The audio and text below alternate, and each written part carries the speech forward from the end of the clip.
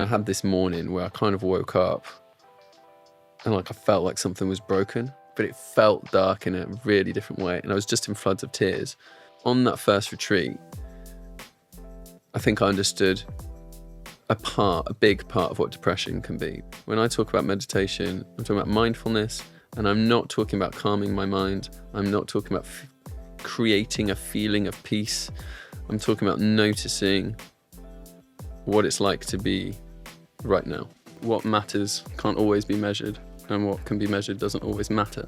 The reasonable person adapts to the world, but the unreasonable person adapts the world to them. Therefore, progress depends on the unreasonable person. Developmental psychology, it's called your inner curriculum. I love the idea that you have an inner curriculum. Like the mind has a desire to grow.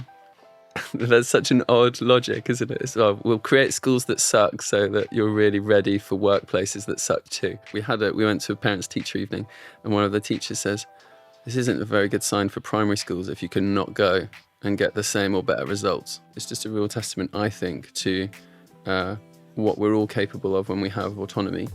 I guess what I am speaking to is the principles that matter to me, and the main one is autonomy. I think when you take someone's autonomy away, you take their instinct to grow away.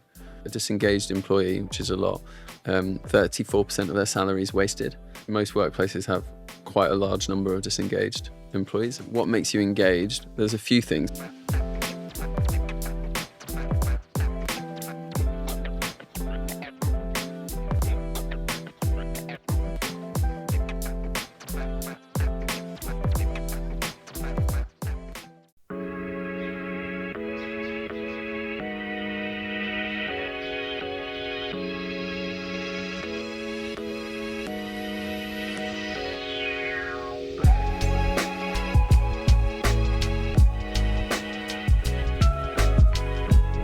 I'm on a mission to help the world to see success differently. We're sharing the stories of our guests. I hope to inspire those that listen. This is the Different Hats podcast, produced by H2 Productions.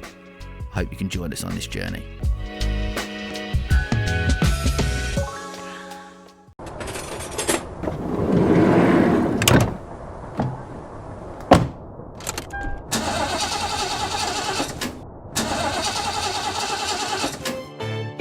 Need a new van?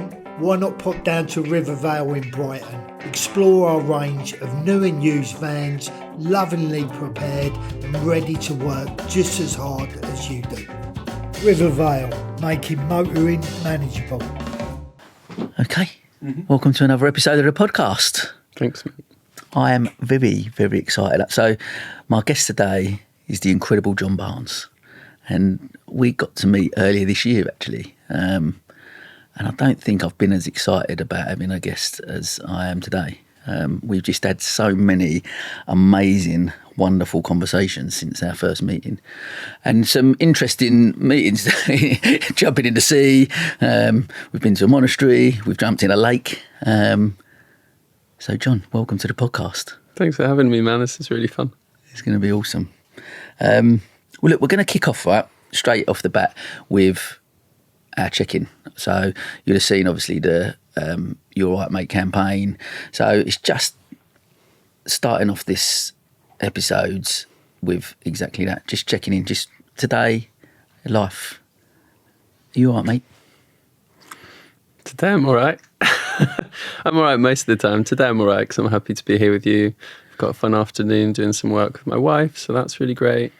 We had a nice weekend at the monastery, so that I feel quite relaxed still, like recharged from that. Life has its challenges, of course, you know. Just been sick recently. Money's on my mind sometimes. But today, right here, sat on this couch with you, I feel all right, mate.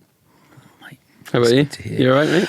You know what, I am quite. Like I said, I think even since Sunday when we was having that chat driving to the monastery, and then I've messaged you since, and like I say, I'm so excited. Actually, I feel like buzzing inside, and just great to have you on. And I know that we're just going to have a wonderful conversation, as we have done since we've met, which has only been since April, right?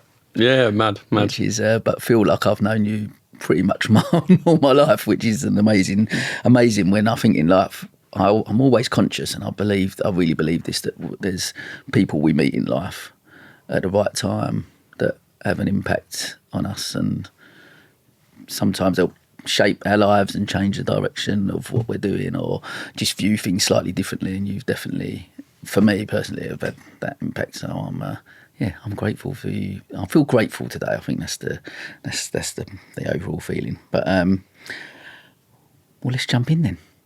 The big question, right? What I ask everyone. Oh shit! we don't pull any punches. We're kicking off big time. I don't know where this is going. Success. What does it mean to you? How do you define it? To be honest, I've probably got two definitions. I've probably got a version of success that's out there in the world. That could be like, I don't know, following your dreams, getting better at stuff, achieving things you wanted to achieve, having an impact, making money, whatever it might look like. But like, yeah, something like worldly, something that is about doing stuff out there in the world. And then I've probably got another version of success that's almost the polar opposite, which is inside me, which is probably just personal growth, really, like becoming a better and better. I don't know if better is the word, bigger adult, basically, like adulting. I'm into adulting. Like I'm convinced we're not adults or not fully baked a lot of the time, and a lot of us don't ever become proper adults, perhaps. And I feel like that's a journey to go on. So I'd probably give like two answers to that. There's the inside me, the inner world version of success, which is independent of circumstance, like being able to feel comfortable no matter the conditions, or to have an open heart no matter the conditions. And then there's probably another version that wants to hustle and do cool stuff and, like, I don't know, play, like the video game that we're all playing a lot of the time. Do you think that's, like, you talk about adulting and the video game, is that, because I've often heard it referred to, and life is just the game, like, that we're all playing. And I guess, like, with it's hard, isn't it? Because we spoke about this the other day, but like that, like within a capitalist society, there's a certain game that we've all been programmed to play, almost, isn't it? Like, where do you feel about that? Like, what is are you playing that game? Totally. I find it quite fun, personally. Like, I find it stressful as hell. There's a toxic part of it. We can get obsessed with the wrong things. But that's like, you can get obsessed with your steps and then go and eat a burger, you know, like you confuse the proxy for the real goal. But I'm totally playing that game. And I think pre-capitalism, will have done that. In tribes, will have wanted to, like, build big things or have bigger bear skins than others, or I don't know, collect like more coffee beans, or I don't know. But I'm sure this isn't like particularly new thing. It's probably on steroids, but there's like, I think there can be a really almost like meaningful element to that pursuit, so long as you don't like totally get confused along the way and get attached and strive and crave that end goal as if like, oh, when I get there, then I'll be happy. I think that's the trap to get there. It's like an if this, then that algorithm. If I get like this thing, then I'll be happy. I think that's the moment where it starts to be not constructive. But I think the game's fun to play.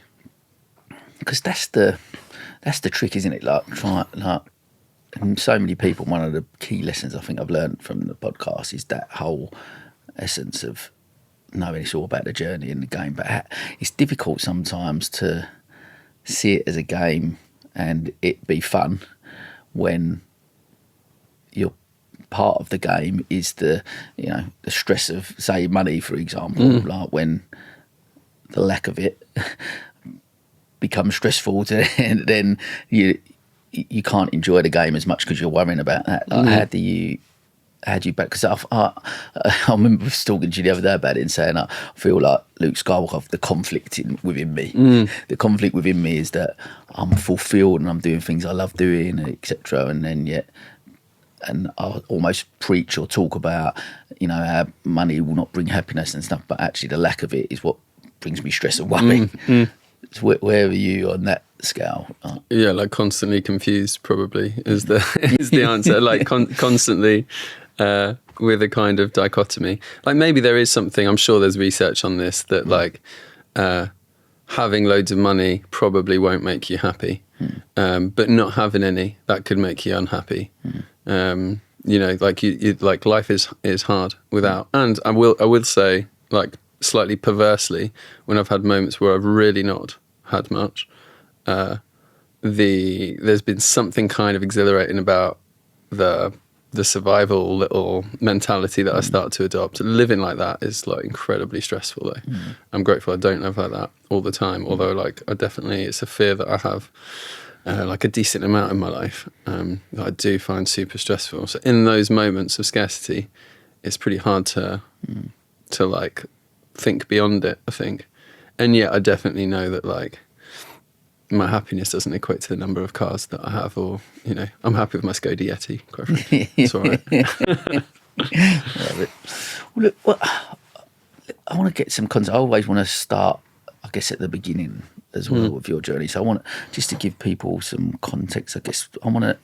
What do I need to know about you growing up that's sort of shaped the person that sits in front of me? Yeah, I don't know if how much of this is nature or nurture, but my upbringing was maybe slightly different. So I grew up in England, but when I was 5, my parents moved to France and they bought this derelict farm. And actually, I don't quite know the full story, but when they bought it, they lost a ton of money on the exchange rate. I think there was a crash at the time. This would be in 92 maybe, or something like that. And so we lived in this derelict farm that had no heating. It still had like cows and pigs and stuff that they had to like get rid of. And then they rebuilt this place, right? And they turned it into a little holiday centre. I say little, over the years it became quite amazing, but I really saw my parents from a really young age do everything themselves, right? So I remember seeing my mum up on scaffolding, putting all the cement between the old stone walls and the barns in France. And, you know, my parents were just in like builder's gear all the time, basically. Our house was freezing. And then like year by year, it just got like better and better. One year they dug a pool, and then there's customers come in, and then we would host these, you know, all these British customers would come on a holiday in the summer. And then my mum was like, well, I'll cook for them. So then there's a little restaurant. So she's asked me to help in the restaurant. And meanwhile, I'm like, just like this free range chicken, right? Like I just get to do whatever I want all the time. And I'm just playing. And I'm in my family business. So like pretty young, I'd say, maybe 13 or something. They would go away for a weekend in the summer. There'd be like 100 customers. And one of the customers would come to me and say like the washing machine's broken and I have to call the plumber to come and get there. So I just had this like mad freedom. And the result of it was that I would stay up really late, like learning to code or make little websites or whatever it was. Played a load of sport and got really into that. And then meanwhile at school, I hated school. Like I'm a pretty like, I don't know, easygoing or like polite guy. But as a kid at school, I was really badly behaved. Like I remember throwing my teacher's bag out the window. And it's because I was trapped in hindsight. Like I just knew I could be somewhere else doing something more creative or more useful or actually learning more than being like in such a formal environment where information is being downloaded at me that doesn't seem that relevant. And meanwhile, sport and creative pursuits outside of school or being in my family's business was just really fun and creative and like stimulating intellectually almost, I'd say. You know, that's too big a word for a 13-year-old, but like opening my mind. So I think that has like that paradox between having the freedom to learn. There's an amazing book by a evolutionary biologist, psychologist called Peter Gray. His book's called Free to Learn. And he looks into hunter-gatherer tribes and he basically finds that the kids spend an awful amount of time playing, just like all mammals. And so then they're like, why do mammals play so much? They play at all the things they need to survive. So my dog play fights, he plays at scavenging, all the things, and they find the same in hunter-gatherer tribes. They play at hunting and gathering, right? And so his basic learning is like play is the evolutionary mechanism by which we learn. And I felt like I now look back and I had that at home. And at school, I felt like I no longer had the freedom to learn. So I think that paradox between those two worlds for me has like massively shaped my life since, basically. Wow. I mean,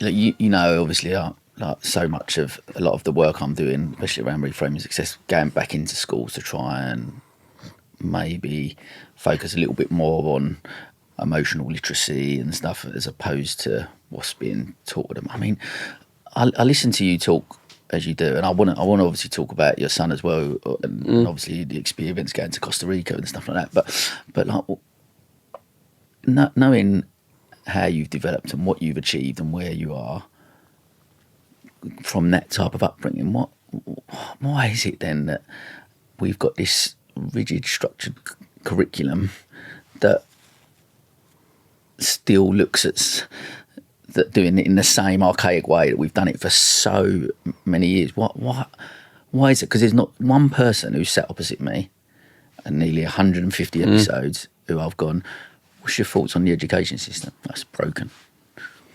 So one person has not agreed that it's broken, but we're still doing it. Why?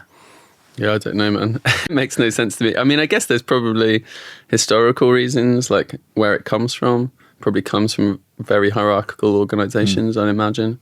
I actually don't know the details of that, so I don't want to go. I want to stay in my lane. I know people often say, does it come from organised religion, or does it come from the military, or like how did we end up with an education system like that? But it's didactic, basically. So that could be one reason. Another one is I think people like to scale things, and they scale it in the most controlling way possible, and so you control all the variables. But it's like that they say it's an Einstein quote. Everything's an Einstein quote, but what matters can't always be measured, and what can be measured doesn't always matter. And in the case of like measuring, like what memory, like I don't even know what we're measuring at this point. It makes very little sense to me. My main issue with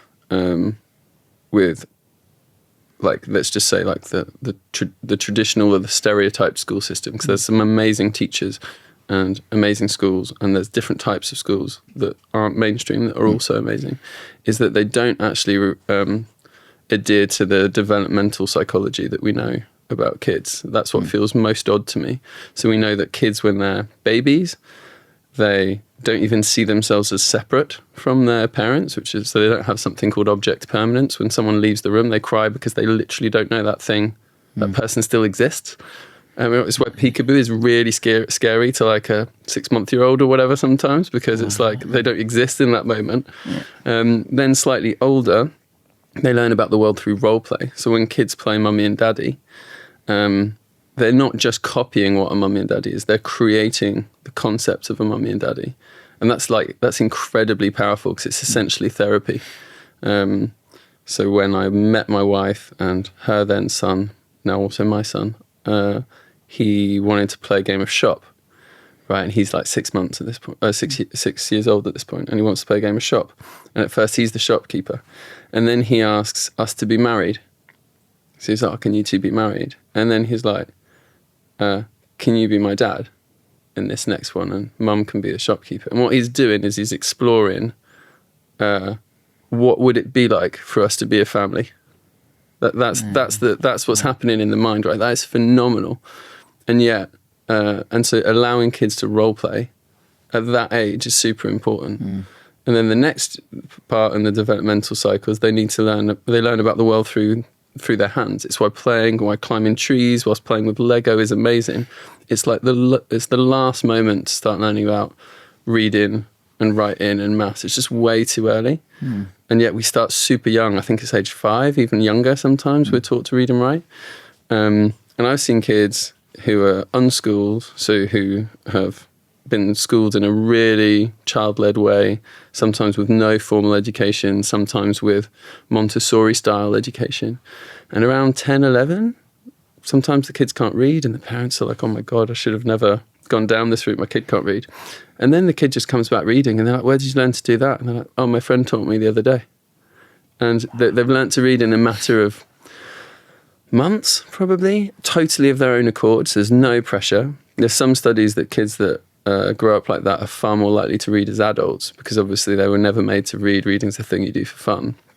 But it's because the brain's ready at that age. There's nothing much more genius to it. It's just that the brain's ready to really learn to read and comprehend language and maths and all that stuff just a bit older than a 5-year-old. Right, at 5 years old, we should be probably role-playing and playing with our hands a lot. So I don't quite understand why we can't build education systems that respect that. Because then you look at, because I look at my kids now, they're 10 and they're going in and starting SATs. They're tested on something. And Sienna, like one of them, she's academically, she's like Kelly, so she's quite bright and she fits into the system quite well. But even that, like, she come home yesterday and didn't get that great a score. Like one of her friends who she felt like she was more intelligent than got a better score than her. So she was like, oh, I'm really sad about it. And I'm like, it doesn't matter. Like, it really doesn't matter. But it's really affected her. And my worry and my fear with the whole thing is the message that they're getting from a young age. And I've got Lucy on the other side, who is very much like so creative, so like she was off sick yesterday, and out of a box we built a cat sanctuary. She's had this box, she's got all these little toy cats, and she's built out of this empty. I'm watching her thinking, that's just. I said, all of this has come from your imagination. She loves it, and she's learnt so many. She's using so many skills and like cognitive processes to do that as well, right? Like, that's remarkable. Yeah. So what? Like, and then I'm thinking, like, she's off school and doing it, and it does it just back. And she doesn't fit into that system. Like, she's already the message. She already feels inadequate. She already looks around the room when people are doing maths, and she doesn't feel. Like, and it just infuriates me. And I'm like, I can't. Like, and there's obviously research to back up, like what you're saying, and from your own, I guess, from you personally, from what your upbringing and where you, because I'm keen to just tap into that as well. Like, did you always think, I'm going to run my own business, or I'm going to do stuff like that because of what you was exposed to at such a young age? Was that always part of your mind? What was the dreams or ambitions when you was young? I mean, my dreams and ambitions were to be a squash coach, because I played squash for France as a kid, so I loved sport, and the way I played sport was by geeking out about, I don't know. I remember my favourite player was left-handed, and I would watch videos of him, but I'd put a mirror at the other side of the room and watch the video of him in the mirror, because he'd be right-handed in the mirror, so I could copy him. So those were my dreams, really. But I think I don't know that I ever dreamed of owning a business, but there was just nothing else in my life. Like, my parents, I never saw them had jobs. They had ideas and then they kind of just did them, like, for good and bad, right? They made a lot of money and lost a lot of money several times. It ended up on a low, sadly. So I saw the ups and downs, but it was just like, they just seemed to, I don't know, just seemed to have ideas and then do that. And that like, I've not known anything different. I've never had a parent commute or a parent go to work. Like, we were just living in our business all the time. So I just don't think it's ever been a part. And when I did get jobs, I mean, I felt depressed pretty quickly. Not in all jobs I'd had. It basically depended on the culture. But my first few, really hierarchical, really, I felt like just totally pigeonholed. And it was just like being back at school, fundamentally. So I guess one argument for school is that teaches you to just get in your box, and then you can go to like a pretty badly run company where you can also get in your box, and it prepares you. I literally have heard adults say to me, yeah, but don't you think school prepares you for the real world? And you're like, well, no, like, there's other ways to work as well, right? Like, there's such an odd logic, isn't it? So we'll create schools that suck so that you're really ready for workplaces that suck too, right? Like, it's odd. It's really odd. It's even that question, right? I was preparing, because me and Kelly have had this conversation, I was preparing them for the world. I'm not, it is preparing for the world that actually people have created, but not really the world that I want to bring the kids up in. And we always have this conversation. What is it? Do you bring the kids up in the world that you want it to be, or do you bring them up in the world it actually is for them to survive? Like, the world you want to create. Maybe, yeah. like, I think, you know, I'm not saying my parents meant to teach me this, but I think they inadvertently taught me you can create your own world. And, you know, to a large extent, I think I've kind of done that. Like, it's an imperfect world. There's no utopias out there, but like I'm pretty happy with it, and I definitely created a lot of it myself. I love that. I'm gonna destroy this quote as well, but it's something like, the reasonable man adapts himself to the world, the unreasonable man adapts the world to him, therefore all progress depends on the unreasonable man, right? Or replace man for any human. You know, the reasonable person adapts to the world, but the unreasonable person adapts the world to them, therefore progress depends on the unreasonable person. I love that, like permission to be unreasonable, right? Yeah. Like for me, and you know what your daughter's done there by creating the cat sanctuary and stuff. She's created her own world, which is what kids are amazing at. She's having to show a lot of compassion and care, which is an important skill because it's a cat sanctuary. She's having to show a lot of creativity. She's probably cognitively having to do loads of planning and figuring out like the layout of the thing. There's some basic maths going on there that are kind of a pre-math that you see in typically 8 to 10 year olds. So she's learning everything she needs to learn in that moment, right? Like, is she a budding zoologist or architect in that moment? Like, all of it potentially, right? So you learn so much. Like, there's in developmental psychology, it's called your inner curriculum. I love the idea that you have an inner curriculum. Like, the mind has a desire to grow, and she's just doing that. She's just doing what her mind's wanting her to do, which is grow. And there's some environments that promote that. For most people, school doesn't do that. You know, I know there'll be listeners who are like, I loved school. And they'll typically say they loved hanging out with their mates, which I agree. Like, that's the best thing about school for sure. There's ways to hang out. You know, you could have a different school system where you still hang out with your mates. If that's the feature of school, I'm not sure it's doing its job, you know. And I really want to talk as well. I wanted to share the experience of going to, while we're on the school theme and education, about Costa Rica. And so how old was you when you took him to Costa Rica? You and Gabs went to Costa Rica and was in school in so Costa Rica. We'd only known each other a year, I think. So he was 7. He was just 7. Yeah. And so for listeners, we went to, we basically were living in Hove. We, you know, packed down and then rented the flat, and then we went to live in Costa Rica in like the jungle basically for 6 months. We did a bit of backpacking for a month before, which was amazing as well. And it was really backpacking, you know, it was little buses and him having to like navigate this, and we made sure he had his own backpack. We didn't carry his stuff.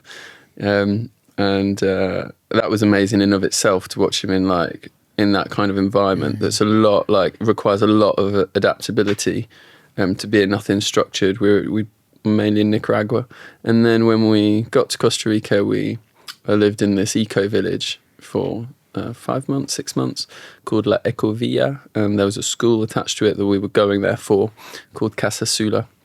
I think their name might have changed, but it was amazing. Like we first of all, it's beautiful. Like, you know, you're in such a different headspace when like all you can hear is cicadas and like monkeys and birds, you know. But the school was amazing. Like I really would say it's changed my life. It's the school I should have got as a kid. It's just made me like re-understand adults as well as children. So the school was a combination of some Montessori stuff, so that not all of Montessori, but the part of Montessori that is that if you create and curate an amazing environment, and then you allow kids natural instincts to go and pick up things and try stuff, a lot of the learning's hands-on. So very little, no teaching. The kids literally do what they want all week, so nothing's compulsory. I think there's maths games that they'd play once a week, but it's not teaching. They have to play through maths. There's a lot of playing with Rubik's cubes or whatever games they have there. But for the most part, literally except for 1 hour of maths, and again, it's games, they do what they want. And they have a kids council on a Monday where all talk about what they're enjoying about school, what they'd like to change about school. They come up with ideas. They make proposals to change the school. They elect each other into positions or volunteer to like help with the cooking or help with the cleaning or like to run their community, basically. The school's very small. It's split into 2 sections and it's a bit fluid as to which section you're in. So there's kind of under 7s and over 7s. And I was 7. And it was interesting. He chose to go to the little school. And I was a bit worried. I was like, oh, why is he not with the bigger kids? Which is like, my mindset was like, you know, go and be with the big kids. They just went, he's just doing some therapy for a while. And what they meant was he's role playing and play acting with the little kids and feeling nice and safe. And then he naturally just walked over to the other school one day, right, which was amazing. And it just totally reshaped how I saw this. The kids were really different. They would stand shoulders back and look an adult in the eye in a way that felt quite different. The playground wasn't noisy, which was weird because they played all day. And I think it's because there's no pent-up emotion. They're self-regulating. So they have environments that are quiet, environments that are loud, and the kids naturally go to the place where their needs are going to be met in that moment. They have to like negotiate a lot of stuff, obviously, because they're living together or like, you know, being together all day long. It was like just mind-blowing, man. And I just really saw him just like come into himself and become like more confident because he felt more competent. He could do more stuff, right, that was useful in the world. So it really shaped us as a family. There's so much. I mean, I listened to it and I sort of. So I'm trying to put myself in, because there possibly be people listening that are a little maybe sceptical around that, right? No, Yeah, a lot. yeah, well, for obvious reasons, in the sense that what we know is the complete opposite to that. Yeah, right? yeah. So I think we've all been brought up in this system and this environment that say this is the way we should do things, right? And what you're suggesting is completely alternative. Whereas when you listen to you describe that and the skills that those kids are developing, life skills, right? That no matter what job we go and follow or path we decide to go into, they're skills that are going to be beneficial. Absolutely. Communication skills, but just allowing them to be, I guess, just allowing them to be kids. Because one of my big things, I think, for me is looking at going, when does society get a hold of us and we stop being kids? It just becomes that situation where where things become a bit serious, and the pressure of stuff like when does that land? When does that happen? Whereas, because actually, I look at my kids compared to what you're saying about Ivan at 7. They're learning. They're in this structure and this system, and they're learning these things that are potentially going to be useless. Yeah. In my opinion, I'm doing their maths homework with them. I'm not doing it with them because they're showing me, and you don't get it. Yeah, nor do I. Nor do I. Yeah, same deal. And my feeling of inadequacy that I had when I was at school. It's coming back. Maybe wait till Mummy gets home because she's probably going to help you. I'm like, she's can't get it. But come out there and we'll go and cook some kleftico and no problem. Yeah, right. So it's a different thing. But I just find it fascinating listening to that journey. And how long was he there for? So he wasn't there very long, but it's actually the journey after that is in a way more interesting. So we did this for 6 months, and then we realised we wanted to be near a family, so we thought of coming home. But we were like, we're not ready to go home.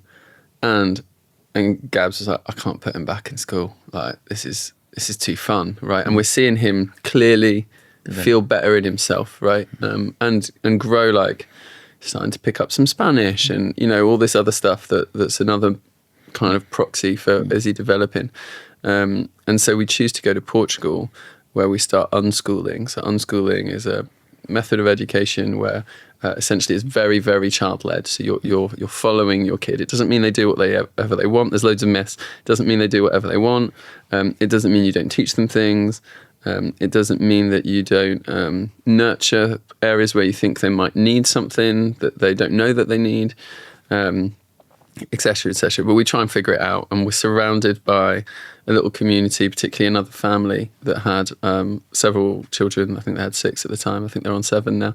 None of them go to school. And by the way, this family are just phenomenal. Like, the kids are so gifted, it's remarkable. So we just go and play there for a year, and again, we just feel like he's really growing. Like, he's 8, and he's at this point read all the Harry Potters twice. And I remember once him making a bar chart of like the popularity of wand core between wizards in the Harry Potter universe, and you're like, okay, that's some weird way to learn about like stats and data, right? But he's just doing this. It's most of his time spent doing that in nature with friends and building mad things out of Lego. So then we come back to the UK and we carry on, and luckily here there's all the forest schools, which are like often remarkable. He went to an amazing forest school in Stanmer Park. And so we make this, like, we carry on with this journey, and the idea is we're just constantly finding activities with loads of other friends that he can be learning, right? And it goes from like all sorts of different stuff, from Lego robots to like art stuff to some music classes, whatever, but it's all play-based and it's all with friends. So he's spending most of his time socialising, which is the great myth. People say, oh, if you're homeschooled, you must be like very lonely. And it's like, no, I'm spending all day long playing with friends, right? So we do this for ages. And then we go travelling again, just like on a holiday. We're in Sri Lanka. And we like, as a family, are kind of ridiculously democratic. So we've chosen our homes together. Even when he was very little, he always got a say in that. Our family rules, we had screen time rules, and he was like, well, I want to talk about how you guys behave on screens. And so we had like a family charter that was up on the wall, and he was amazing. We had rules. We negotiated how we have different screen times with different ages, and he was okay with that. And then he said, but like, can you two not be on your screens in the kitchen around me when we're having family time? And I was like, that's fair enough. So there was a new rule so we would update our rules. How old was he then? He's 8 when he's doing that, but it's because it's he's an amazing guy. Like, he's really cool. But I also want to say that, like, if you nurture that democratic environment, you'll get similar things from most people, as far as I can see. So we're on holiday in Sri Lanka, and he kind of at dinner wants to bring up something, and he says, I think I want to go to school, like to mainstream school. And this is weird because my heart's sinking, because we're just having the time of our lives. And he says, well, it's because I really want a great education, right?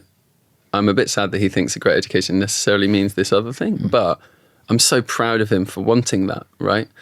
And then he's like, yeah, I just want to like try more things, try different things, essentially. And I'm just like, and the philosophy that we're following is that he knows best. Yeah, and I'm not saying he always knows best, but he's got some instincts that's worth honouring.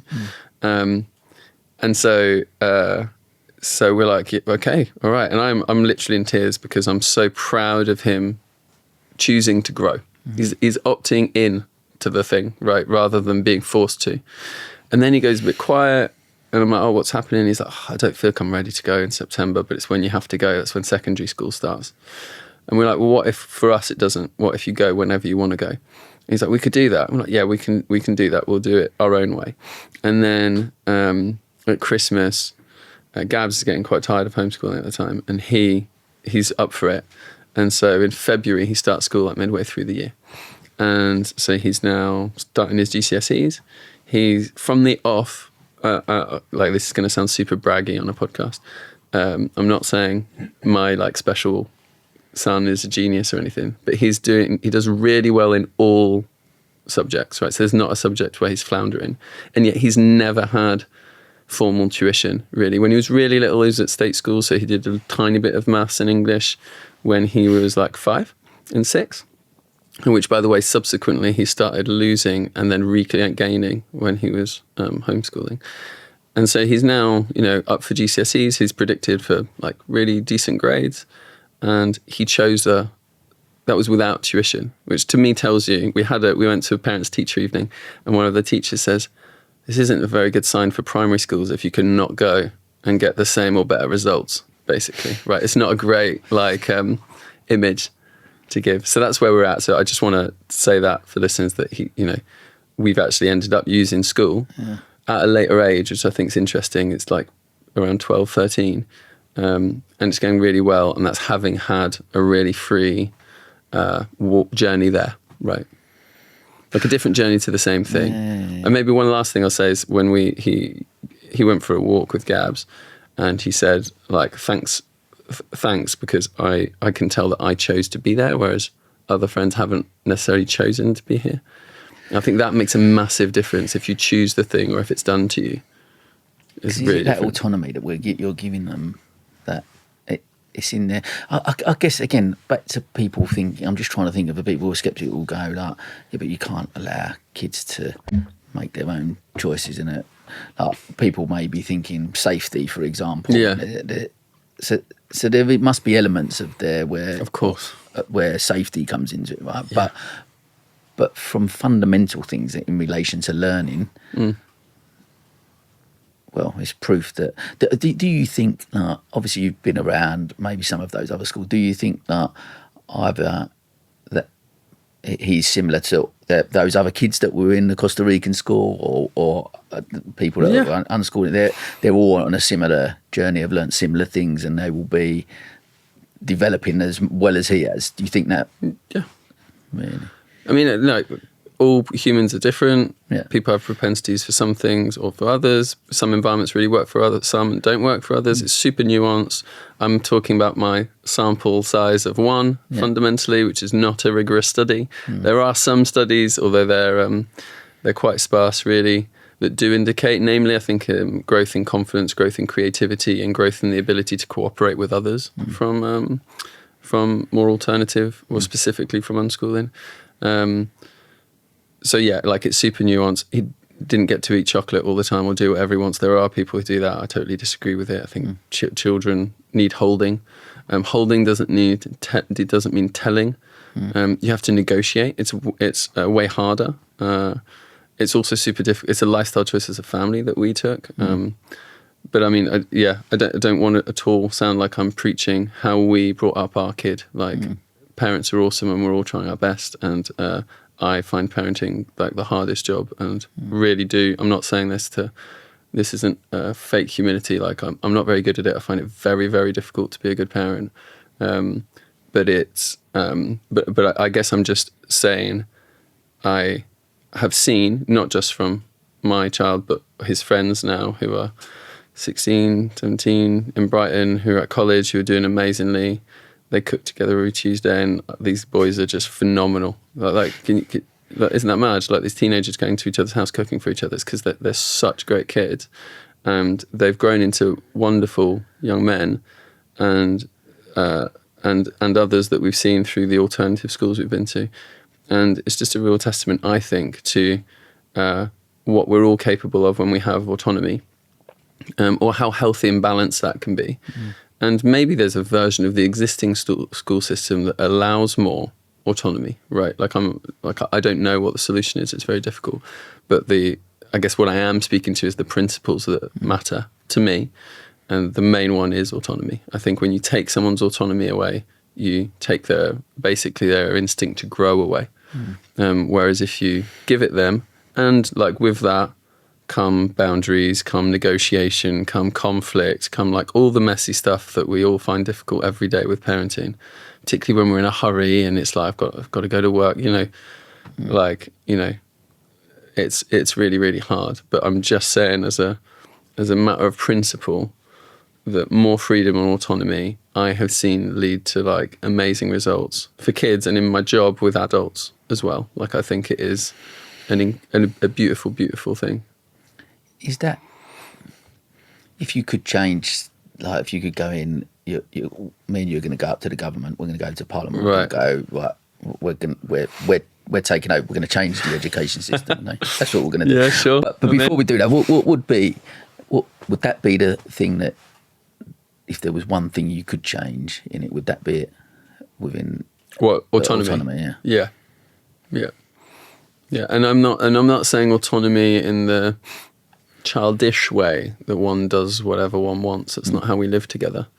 But to have more voice and say in that, and to then negotiate that. Like, you have it like in any family, like or in any couple particularly.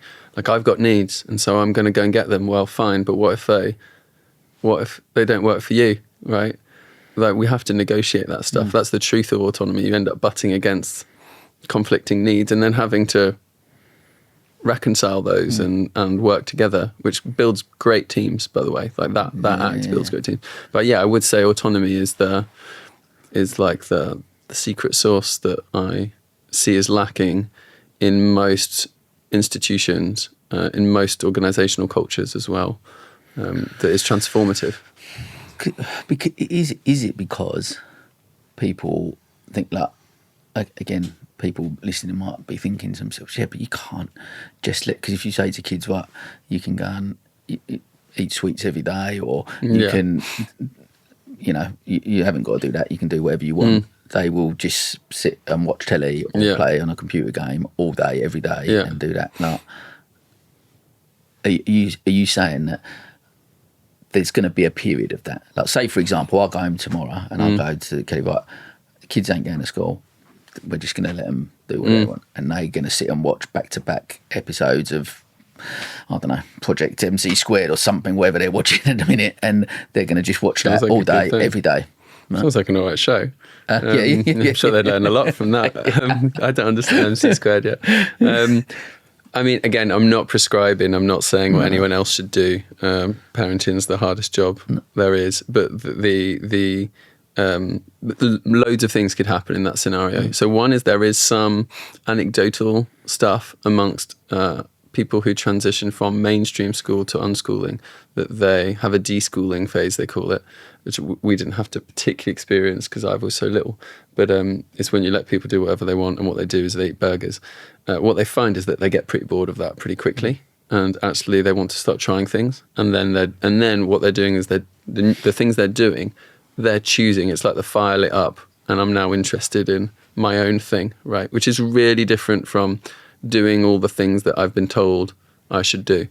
Like, where it's coming from to me matters enormously.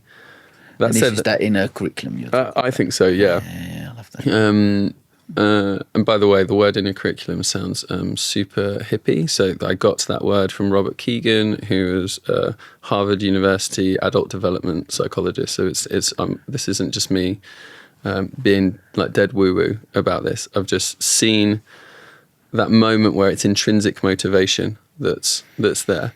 And how we do that as parents, again, it's like super hard, because I'm not going to pretend, like in my case, that he it's just suddenly like off doing all these creative things. It's required so much work for me to like motivate or put new options out or trial new things or disagree or whatever. Like, it's just so chaotic and difficult. And I guess fundamentally that's probably why there's a simpler way, which is like you sit down and when you're 6, you're going to do this, and when you're 7, you're going to do this, and when you're 8, you're going to do this. I love that Netflix version of The Little Prince book, where it's so brutal. At the beginning, the little girl, her mum wants her to go to this really nice school, and they draw a timetable of her next 20 years, where she's going to be doing like maths on these days and English on these days, and then she'll get a job on this day, and then she'll pass the exam, and it's all planned out for you, right?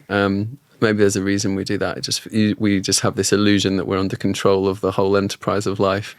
Whereas really, if you were to hand over a bit more of that and nurture that individual, because I think this goes for adults as well, ability to choose for ourselves. And I'm keen to do this myself. Like, I notice myself going, looking out there for what should I do? And then going, okay, but if I just take a moment, what do I think I need? I believe in psychology, it's an external or an internal locus of evaluation. That, am I letting you or my parents or my boss or the number of likes I have on Instagram tell me who I want to be and how I want to be? Or do I take a moment to go, if I just feel in for a minute, given all the data, what do I think needs doing right now? And it's that muscle that I guess I'm trying to do for me. It was interesting at the school in Costa Rica, they would give you some tips for your home, and some of them were so simple. It was like, put the glasses on the bottom shelf so that and make sure there's a stool so that your child is able to get their own food and drink, right? Or if you're making dinner, give them a role, right? And they can choose the role, but they might have a role in cutting up, or they might have a role in putting plates out, or they might have a role in stacking the dishwasher, or they might give them a role. And I'm not saying give them a job, give them a role. And you'll find quite often they're like, oh yeah, like that's my role, right? Like this is my thing. Take ownership of it. Yeah, that's it. And, you know, again, mixed results in my experience. Like, you know, we've had enough arguments, don't get me wrong. And Gabs will be listening back to this, so I need to be careful what I say. But we also saw some huge successes. And now, like, you know, I have, I think, an incredibly conscientious teenager, right? So some caveats there as well. But I do think that autonomy as a principle is just like, I don't know, it's how I live my life, at least, or try to. There's a couple of minutes there I really want to... So for me, firstly, it's that one of the things we're definitely trying to teach, I think, with the programme I've put together is around looking inward, right? I think for me personally, I've only probably started to look inward in the last few years, maybe, probably more so the last year, but right? Asking some big questions, and people will talk about midlife crisis, awakening, wherever we land on that part of our lives. But what is it if we was to get kids to start asking those questions maybe at a younger age? And then because we live in a world that is so external. Agreed. Everything is external, right? I'm getting validation by putting something out, and I'm gonna, and more so with social media, that it's there, and I'm constantly getting this external. So, but if we was to give kids the skills to start asking those questions really early, that they understand who they are as a person, values and beliefs. Like we've done one of the programs we've done with men's mental health side of stuff. It was, you could tell it was the first time that some people had thought about what maybe their values are. You know what I mean? Like, what happens if we identify that at a young age? Like, surely that's got to be really beneficial. That maybe that helps with the mental health crisis in a sense, because we're understanding who we are as individuals, and we're not looking like how you sort of mentioned it there, like when you come to a crossroads or you come to a point in your life where you're looking for some answers out there, and we're almost told because there's these systems in place and we're looking for the answers there. Or actually, if we did, what happens if we sit on a moment and we do look inward? There's an amazing saying, I think it's Thich Nhat Hanh, the Zen master. His expression was, the way out is in. So the way out of the like mess that you're in a lot of the time isn't to like look out more. It's to like take a little moment and check yourself. And that muscle, like this metaphorically, that muscle, I think we can nurture younger. The questions are different, right? I don't think 6 years old is the moment to be talking about the meaning of life, right? Who am I? Right, but like what kind of apple juice do I want, or what do I want to have for breakfast? I think it's a really good time to learn that, right? And actually that's a joke, no joke. Like we take that autonomy from kids, particularly, right? We'll tell them what they're eating or whatever. And you know, there's practicalities again. Like I want to come back to the real world, but there's also an element of like, well, what do you want? What's tasty? What's healthy? What will be good for you? What will make you feel great? What haven't you had for a while that's a good treat? Like whatever it is, but there's coaching questions we can ask that help with that. And the same goes into adulthood, for sure. And nurturing that inner agency, I guess, fundamentally. When you asked me actually earlier, like what do I think success is? And I do mean it that there's two versions, and one of them is a worldly version where I'm pursuing things out there in the world. This is what I mean by the inner success is fundamentally my ability to have this, I think it's agency or autonomy, I can't put the word on it quite, but is to like check inward and check with my own values or my own moral compass or sense making in that moment, to make my own decision and choose my own path. And I don't want to sound individualistic, like even doing that is a collective thing, because I'm making a choice as to what I think's right, given the fact I'm hanging out with you, right? Like that it's still a social thing to be doing. And I guess the other thing, and I know this is something I mentioned the other day, and a lot of what we're talking about, like that. Again, this year especially, I'm looking and going, I feel like I feel like I've been sold this system or what life should be. Like, this is what life should be, and we just follow that path. Right? So we go to school, we maybe come out and get a job or start a business or whatever that is, and then we work and we earn money, we get a mortgage, we have a family, we settle down, and that's what marriage looks like. And then you retire, and that is just the standard life of what this system. And like, actually, the world has been sold that's what it should look like. And I'm like, just questioning everything at the moment. I'll be honest with you, like around, like, or either like as an example, with me and Kelly, like we've gone, can we separate with love? What does that look like? And I feel like at the moment today we've achieved that. You sound like you're doing it beautifully. We're best friends. She's my best mate. I love her to bits, and I will champion her and love her forever. And I feel like she's doing the same. But to live together and actually that this partnership, relationship, marriage, not working in the traditional metrics, right? But what if this looks like me living in my own place, you living in your own place, the kids spend time with me and you, we still have family time together and stuff like that. And that was what the system said was normal. And then when we said we're going to move in together, you'd go, oh, that's a bit against the grain. Yeah. Do you know what I mean? Like, so even that, just in relation to marriage, I'm like, maybe what we've been sold is wrong. Or not, like, but different for everyone. I think circling back to everything that you've talked about with the education side of it, and it's actually everyone's different. Everyone's going to learn differently, right? And I think that the key thing that I will take, the school system or the systems we've got are actually designed just for a small minority of people, whereas the more autonomy that we allow kids, the more child-led stuff is going to be for a wider range of kids, right? Yeah, I think that's the odd paradox, that it seems that we think we've created a system that's for everyone, but actually it can't be for everyone because everyone's to some degree different.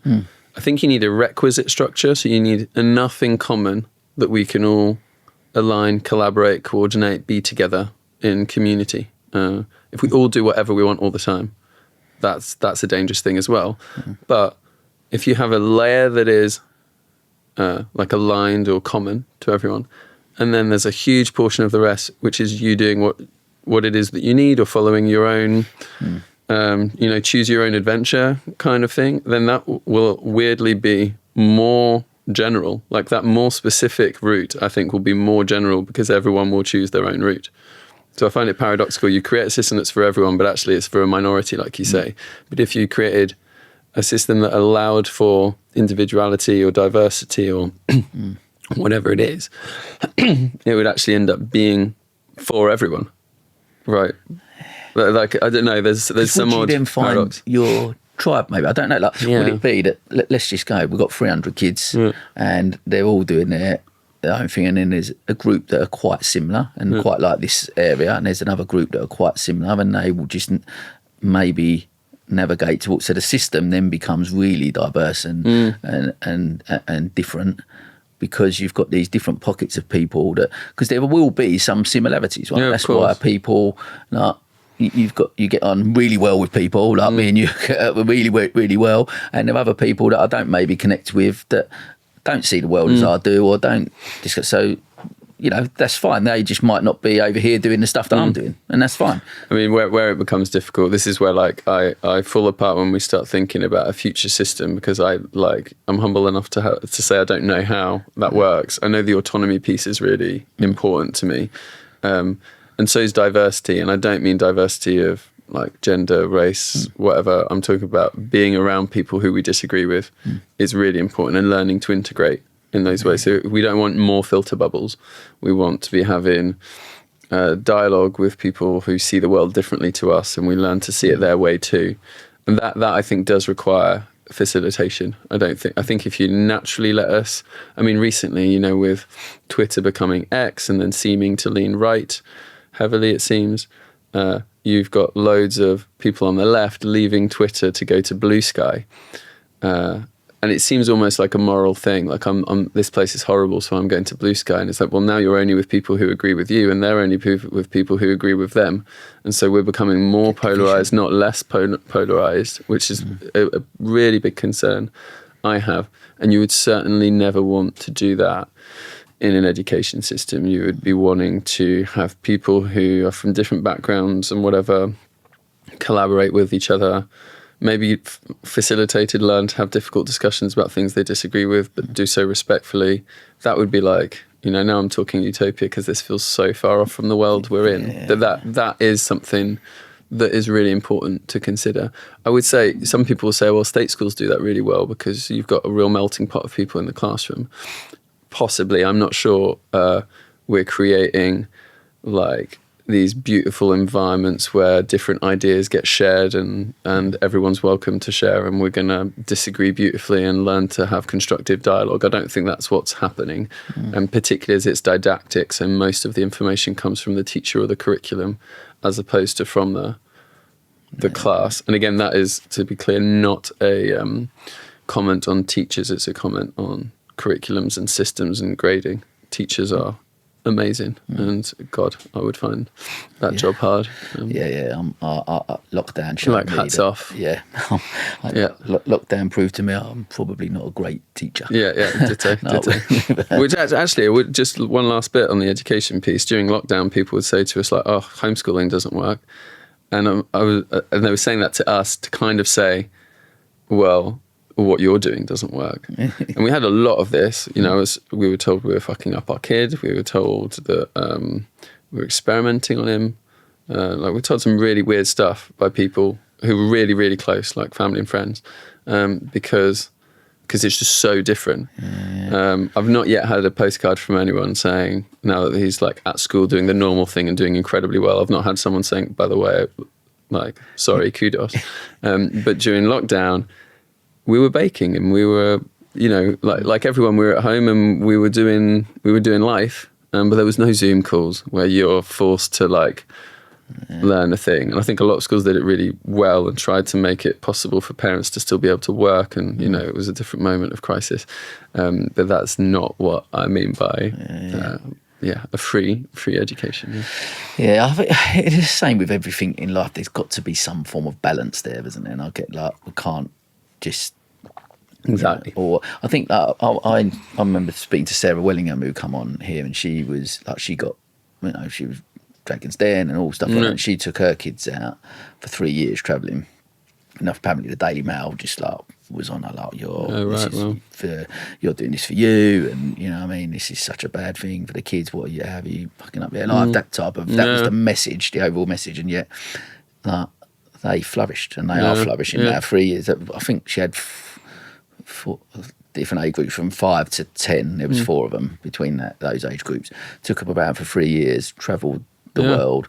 They run their own budgets. And like she said, from that's financial really cool. literacy, she tried to, when Cameron was in charge, she tried to get into the education system around financial literacy. What does that mean? But they all run their own profit and loss sheets in the house. Do you know what I mean? That's really cool. Got up with the budgets every day. This is the budget for the day, and this is we've got to decide. So if you're going to go Planet Hollywoods, for example, and spend a load of money on, but we're not going to have any money to do X, Y, and Z. Yeah. So giving it again back to autonomy, I guess, giving them those that. And with autonomy comes learning about consequences.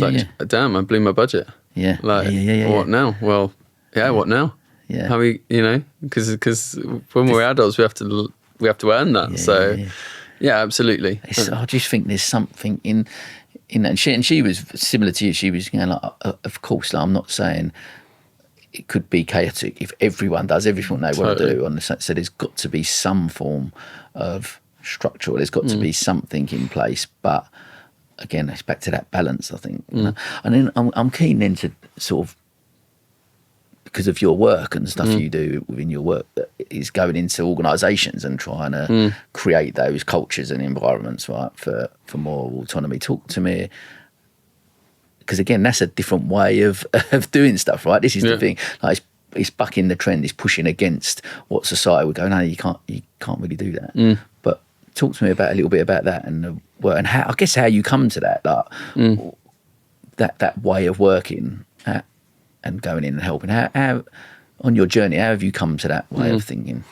I mean, so I'll start with the first bit, that the most workplaces we know of, when people think of it, if I say to people, think of an org chart, they think of someone at the top and then maybe a few people beneath them and then maybe a few people beneath them, and they're drawing a pyramid very, very quickly, and you stay in your box. You don't go to other boxes, you stay there. And that is a legacy of Taylorism or Fordism. So Taylorism being scientific management and Fordism being the Ford factory in Detroit in the late 1800s. So if in your organization you use the word line manager, it probably comes from that factory. If you use the word human resource or HR, it comes from that. A human was a resource in the factory. What other one? Supervisor. Productivity, actually. So it was because it was very easy to measure time spent on the line to cars outputted. Right, and that's super easy, which isn't the case for us. Like, what's your output from this podcast? Like, you can say it's views, or it feels far more nebulous in creative or in knowledge work, basically, which is why we actually don't define productivity very well at all. But we're all used to that system, and yet we can all agree the world today looks nothing like that system. And also, there were loads of problems with that system anyway. It might have been measuring output, but what about engagement? Right, like how good did the people on the floor feel? So they would separate. They had blue collar workers on the floor and white collar workers would be on the balconies supervising, and they did the thinking and the people on the floor do the working. So it's hands and heads, and like never the two shall meet. You don't have people in white shirts getting greasy hands, and you don't have people with greasy hands doing any thinking work. That's like separated, right? And there's just so many obvious issues with that, particularly when applied to totally different contexts, like, I don't know, a digital marketing agency or kids nursery, or I'm working with events companies at the moment, travel companies, big charities. Like, following that there makes no sense. And it's not that we're literally following that, but really the paradigm that we work in is fundamentally the same. In fact, and think of the school thing, you swap grades for pay grades. You swap your timetable for like the Google Calendar like machine we all live in, me included. The uniforms sometimes are similar. Like it really is like the same thing at a different age, really. And there's loads of issues with it. There's, like I talk about the threes, there's an effectiveness issue, which is that the output's not that great. And the reason it's not that great is because if all decisions go up and down a hierarchy, they're bottlenecked. At the top of the hierarchy or in the middle quite often. And what that means is that you can't get that many decisions made that quickly because you're having to go through a bottleneck, because you have to always go up. The quality of the decisions aren't that great because the person making the decision is the person furthest away from the decision quite often. So there's all sorts of issues effectiveness-wise, and it's very fragile, right? So if you've got a bad manager or a bad boss, or they're sick, or that something happens, the whole system is like kind of rocky, right? Efficiency-wise, it's super wasteful because we pass decisions around everywhere. But engagement-wise, they say a disengaged employee, which is a lot, 34% of their salary is wasted. So just, most workplaces have quite a large number of disengaged employees. I believe it's 20-something% in the UK. So take 34% of their salaries, and that's wasted, is the idea. And what makes you engaged? There's a few things, but autonomy would be high up there on that list, right? So what we do is we help organizations to work pretty differently to that. And really what we do is we just start by nurturing autonomy. And there's a combo of things to do this. There's definitely a shift in how we lead. And what we shift towards is typically facilitation. So how do I not run this meeting or run this decision or make this decision, but help this group to decide, right? And then the second part is like new structures, new processes that allow people to do that. So you replace a lot of old-fashioned structures with new ones that allow groups to make their own decisions at certain thresholds, for example, or big decisions are made this way, but smaller decisions, they're made a different way. We often make information far more open so that everyone has access to the information they need, because you can't make good decisions if you don't have good information. Or is it a principle of a healthy democracy is an informed democracy? And yet most people in different parts of the organizations don't have the information they need, particularly financial information, but even by virtue of working in email and team silos, People actually aren't seeing the same thing, so they're in filter bubbles.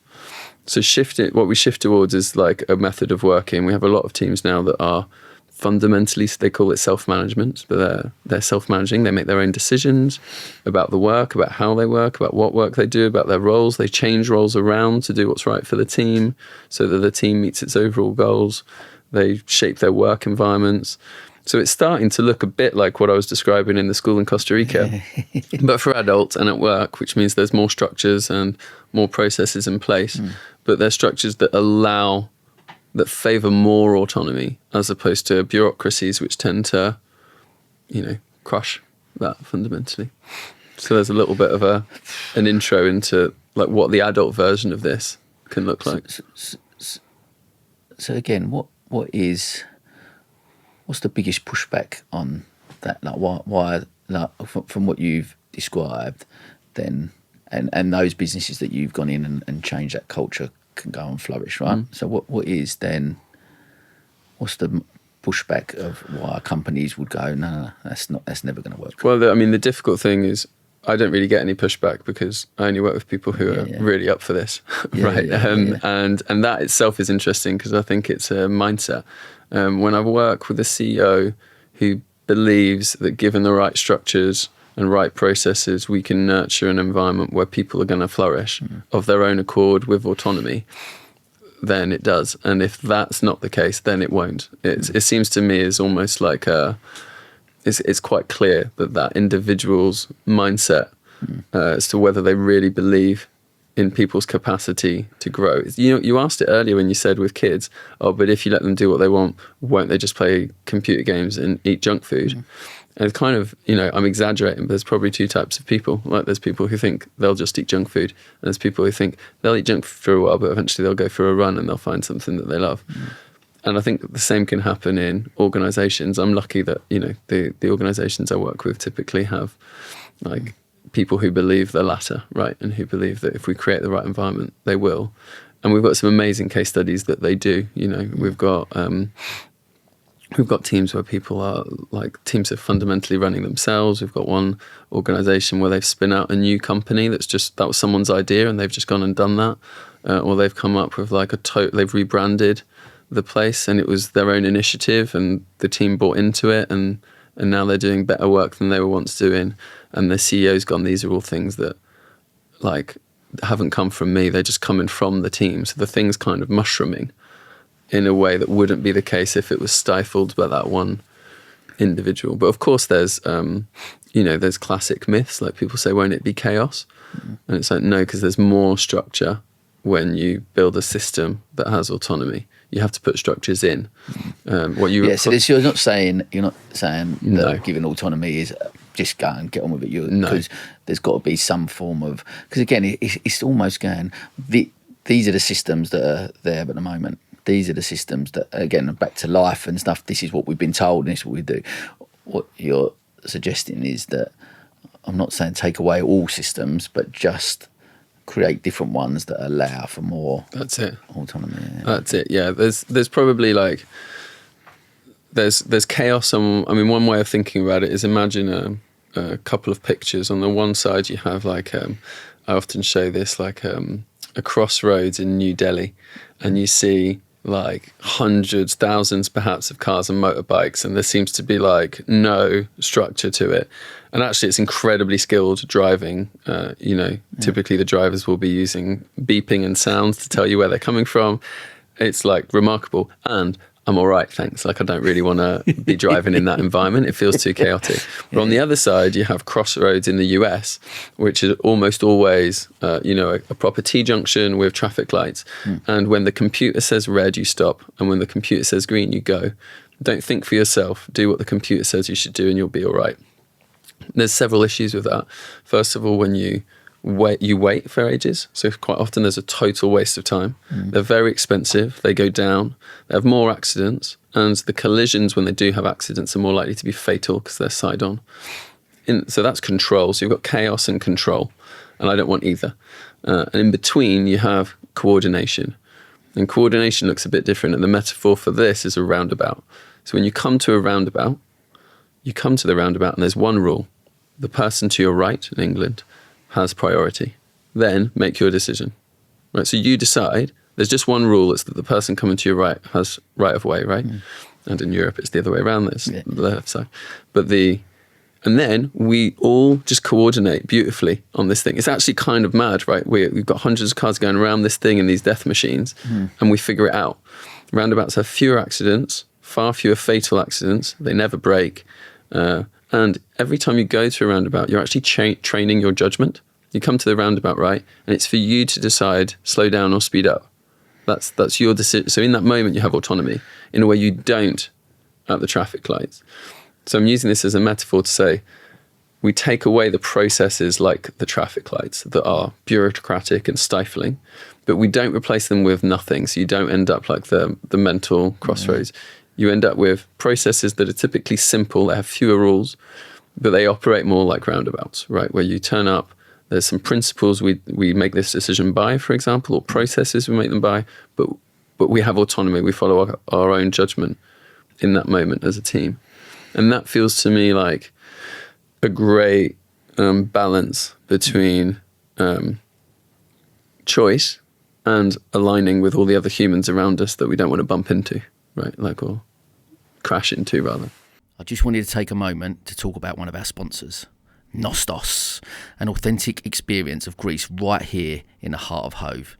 In a world brimming with dining options, finding that one place that captivates your palate and heart isn't always easy. It's about more than food. It's the stories, the ambience, the slice of another world. This is the essence of Nostos, an award-winning Greek restaurant. With traditional recipes passed down through generations, each dish promises a story and a piece of heritage. And Nostos is more than just a restaurant, it's a community contributor. Each dining experience supports initiatives close to their heart, from local charities to cultural events enriching Brighton and Hove's social fabric. They also provide catering services, bringing Greek cuisine to your personal events. For a taste of Greece without leaving town, visit nostos-hove.co.uk. And when you do go, say Sam recommended the feta nests. Oh my God, they are amazing. I mean, but when did this land for you? I'm trying to piece together all your story of, like, I guess you growing up and having this in place almost. Was it so? Like, what was the point for you where you went, I'm going to go into workplaces and do this because I believe this is the way actually we could change what's out there at the moment, and we can create these cultures, and this will be better for organisations. What was it for you that went? I mean, it's probably a few moments, but I remember being at university and finding it very fun, but largely a bit pointless learning-wise. I chose the wrong degree. I was, to be honest, like you were saying earlier, I didn't know myself, so I probably chose the wrong thing. If I go back, I'd choose philosophy or something. But and I found it really boring. And then one day, the lecturer showed a documentary about a company a lot of people have heard of called Semco, and the CEO is called Ricardo Semler. It's this big business in Brazil that wasn't doing very well, and he just gave people mad amounts of freedom. I don't know if there was bumps in the road originally, but certainly they ended up really thriving. And it was really mad, right? It was like all the finances were open, people could choose when they worked. It's a bit of a caricature nowadays. And I remember seeing that and going, that's mad. Like, I'm in, that looks cool. And then I went to get some jobs, and of course it was not like that. Like, I had my first few jobs were really difficult. I found it super, super hard. I felt like I had being a junior, I just really felt like I had zero agency at all. Pretty sure I had one boss who would be diagnosed as a psychopath, potentially. It was just awful work environment. Then I ended up studying at a place called Hyper Island, and then I became a consultant there, and they did culture change, and I learned about facilitation from some amazing facilitators. And it was mad to see that someone could help a group to grow, make decisions, be productive, do great work without telling them. It was a nurturing of an environment whereby everyone seemed to start off, become effective and harmonious together and build beautiful dynamics. And so it was a form of leadership I'd not heard of fundamentally, where rather than telling, it was guiding, coaching, nurturing, but never about the content, but about the process by which this team would flourish. So I learned so much there. And then through my own, as you can imagine, self-learning, I ended up, going down so many rabbit holes and finding all these other companies that did amazing work and learning different processes and models. And I'm quick to tinker and try things and learn by doing. And yeah, just from there, it's evolved into becoming something I've been doing. I'm rare in that I've been doing it for 10 years now. Yeah, definitely 10 years. And now I've helped like a number of organizations work, very rarely in a radically self-managed way, but gone from being a hierarchical hierarchy to a hierarchy that doesn't feel that hierarchical anymore. It really feels empowered, even to organizations where really there's just so much autonomy now. And the thing I've learned along the way, I always thought I'd do this for the teams because I didn't like the idea of people feeling like me, unable to express their talents and skills and potential. But what I'd not thought of, and I've learned since, is actually being a leader in that kind of quite hierarchical organization is super hard because all decisions come to you, you're parenting everyone. And we found that by helping teams move to something like having more autonomy, we've seen CEOs save 2 days a week in some cases because they're no longer making all the small decisions for everyone. And so the whole system's making its own decisions and it's not going up that chain of command all the time. So it's just a really different way of seeing things. And it's a gradual thing, right? It's not like A or B. You can just shift and most find their level and it's like, this feels like an amazing place that's to the work. same in anything in life, really, isn't it? Like sometimes we can't just go in and fix, like if there's a problem, we can't go in and fix it just like that and change it overnight, right? It's got to be, and especially when it comes to culture, right? When you're changing a culture within an environment, whatever that is. Like, for an example, I'll use men's mental health that I'm really passionate about. I'm going and I can't go in and say I'm going to reframe success and tomorrow no one's going to die of suicide because I'm reframing, because that's a small percentage of that will relate to that, right? But what I'm trying to do, I guess, with you, right, mate, is try and change a societal culture, and that's going to take a long period of time. And similar to what I guess what you're alluding to is that it's going into these organisations and knowing that this is going to be a process. And I guess, like you said, a CEO has got to buy into that process that this is going to be, because I'm assuming when you start to make change, there's going to be some difficulties on that initial part. I guess like that initial phase, is there some difficulties when you go, well, this is how we've done it, but we're going to do it like this now. So there's going to be some. I mean, my approach is, it's very similar to what you were saying, I think, around your mental health work, is that first of all, I want people to choose. So I'm not saying we're moving from this to this, because that would be me. That would be my choice. I'll say let's try. First of all, I'll listen and allow a group to figure out what it wants to change, what it's finding hard about its own environment, what it's loving about its own environment. And then we'll suggest a little experiment, and then we'll try, and then we'll see how was that, what's working, what's not working. And little by little, what's amazing is you do these small changes that seem almost piecemeal, if I'm honest. And then 4 months later, you see this, like, it feels really different. And I didn't really see how it happened, but it does feel really, really different now. And I think the same is true for mental health with complex issues.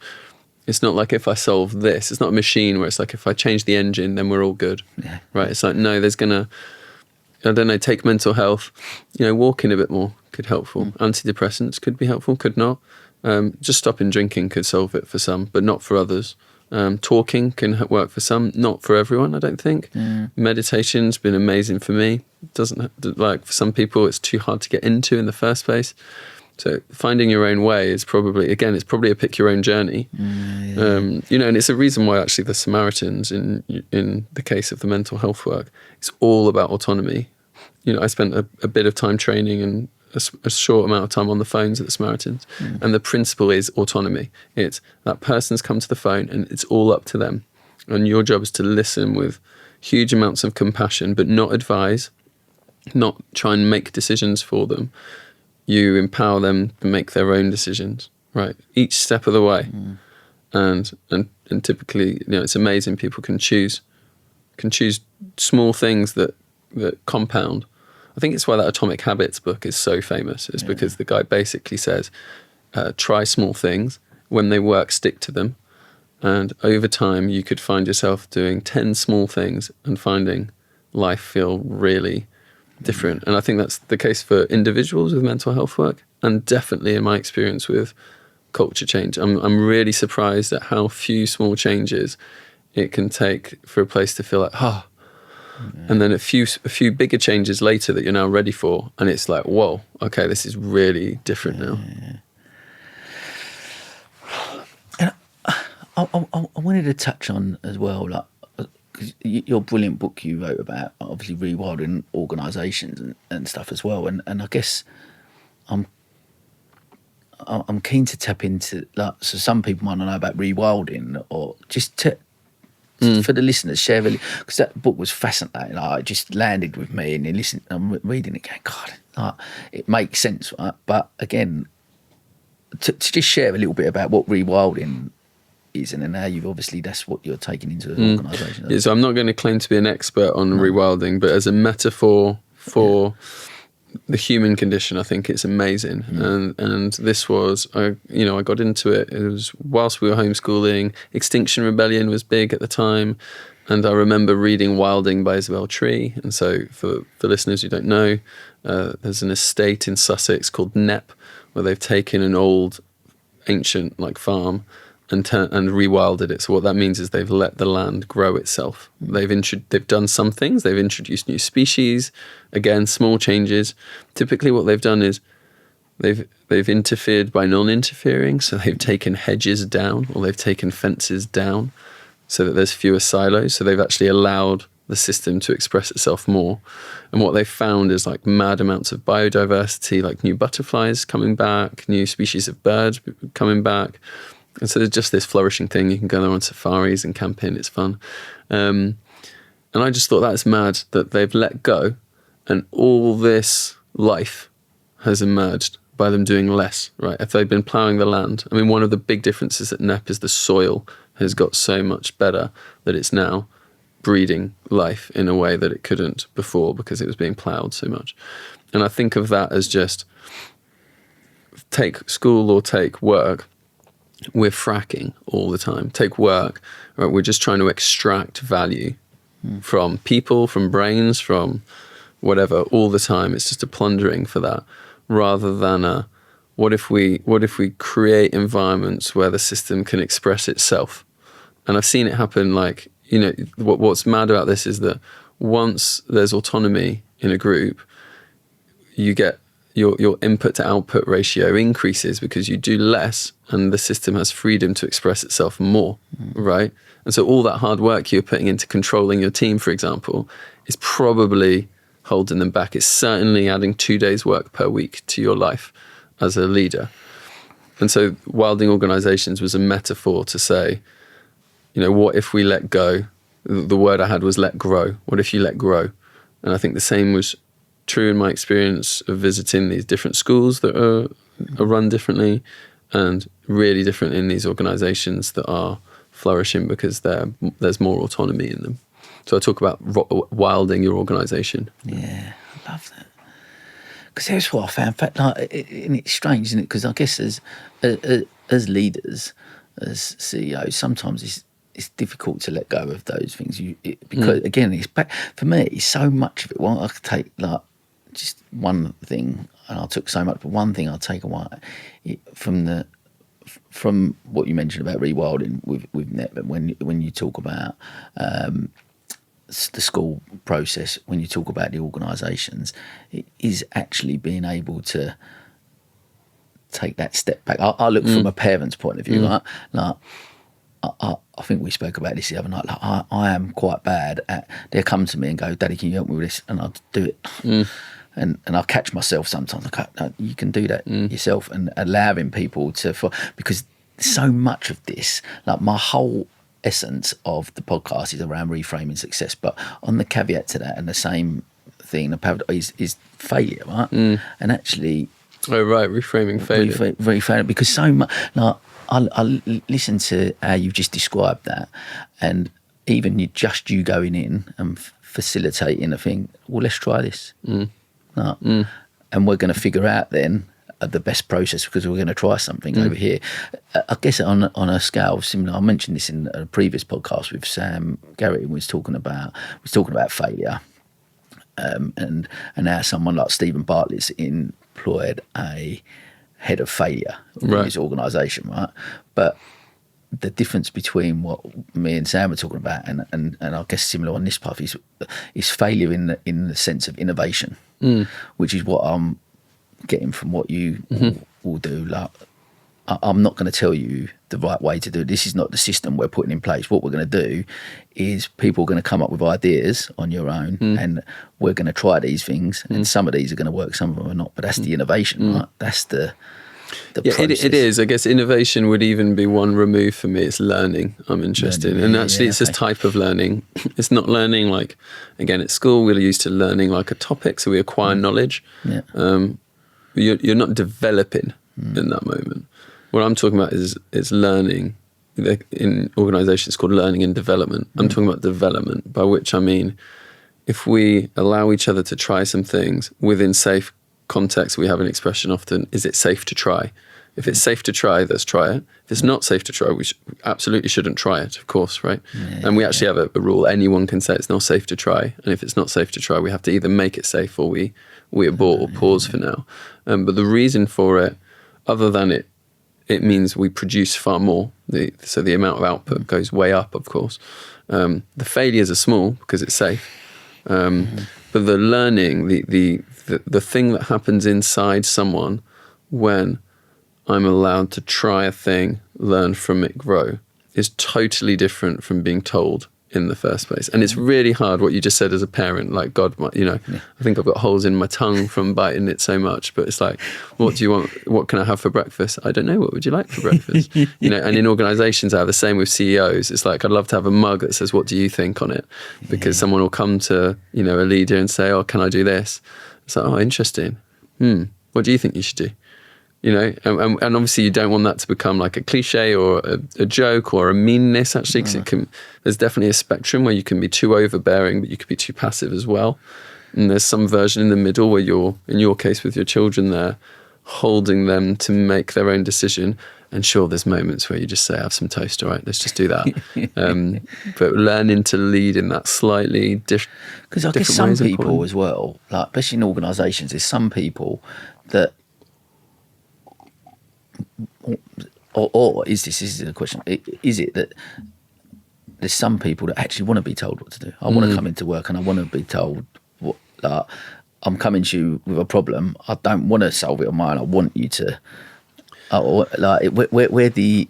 Like, as you say that, I'm thinking of some CEOs I've worked with who have asked me the same question, which indicates that maybe there is, right?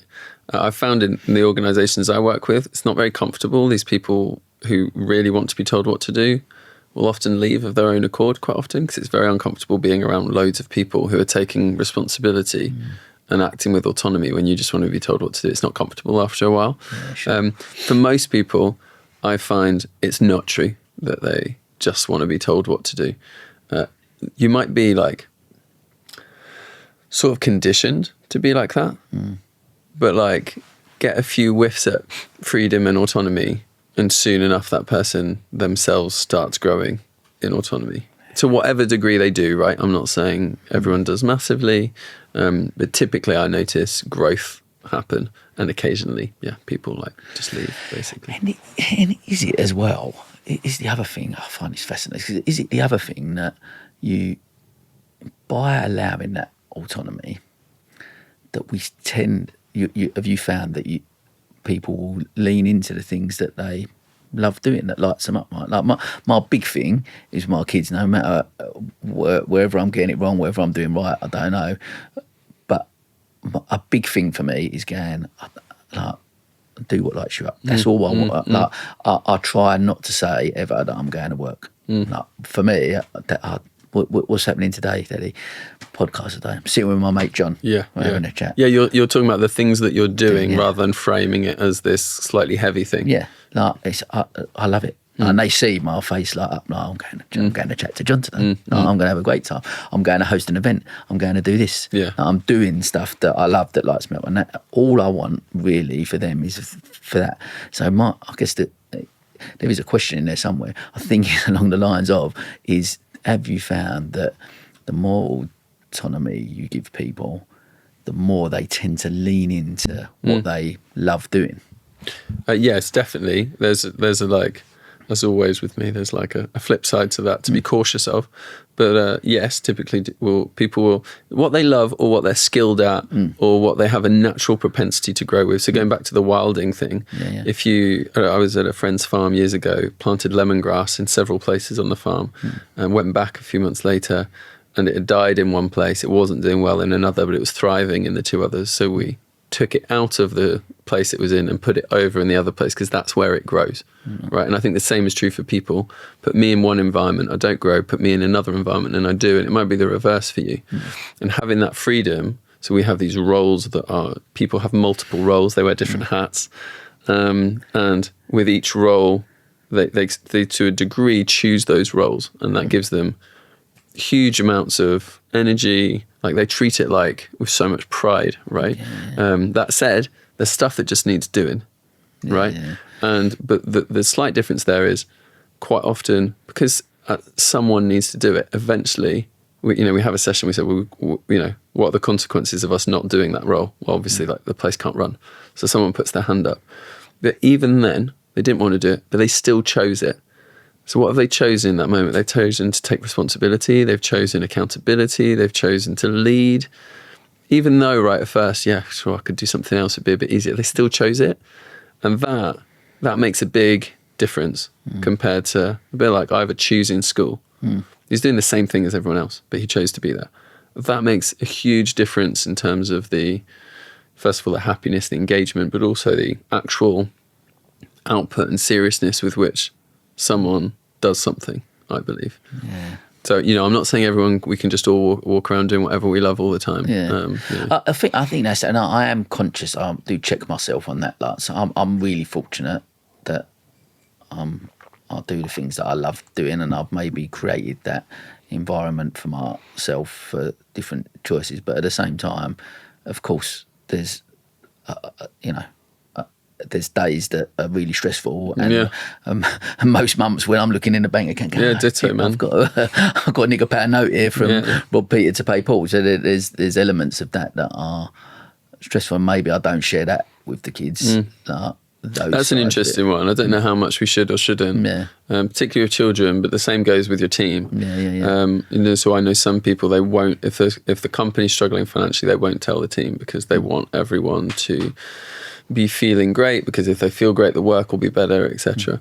And I can see that point of view. I tend to net somewhere in between, as always, and it's like, I think it's worth people knowing the realities, because if we know the realities, first of all, someone might innovate and have an idea, but also we start to take a collective responsibility for the output. And I think the same is true for children. I think I've overshared in my parenting when we've had it hard financially. Equally, he's seen us have amazing times financially. I don't know, we'll find out, at the end of the road when we're old and our kids are adults. I hope that he will understand essentially merit, like hard work. Like, okay, it wasn't always easy, but he would always try to improve his situation. And there are moments where he thrived, right? That it's, I don't know. I mean, I bias towards the truth always, even though, I remember him asking me, is Santa real? And it's like, and I said, well, maybe you should ask your mum. And he's like, no, tell me. We were on the train, and he's like, no, tell me, is Santa real? And I was like, Santa is a brilliant story that is worth believing in for fun, but strictly speaking, Santa is not real. And he said, I knew adults lied. Wow. Isn't that interesting? Yeah. Right? So he's like, I knew adults lied. Right. Yeah. And it's difficult because, of course, Santa's so fun, right? So I said it's worth pretending Santa's real. And I think the same is true for any like hard information, like you're saying there with money. Like there is knowing too much, I think, at different ages. The threshold moves, for sure.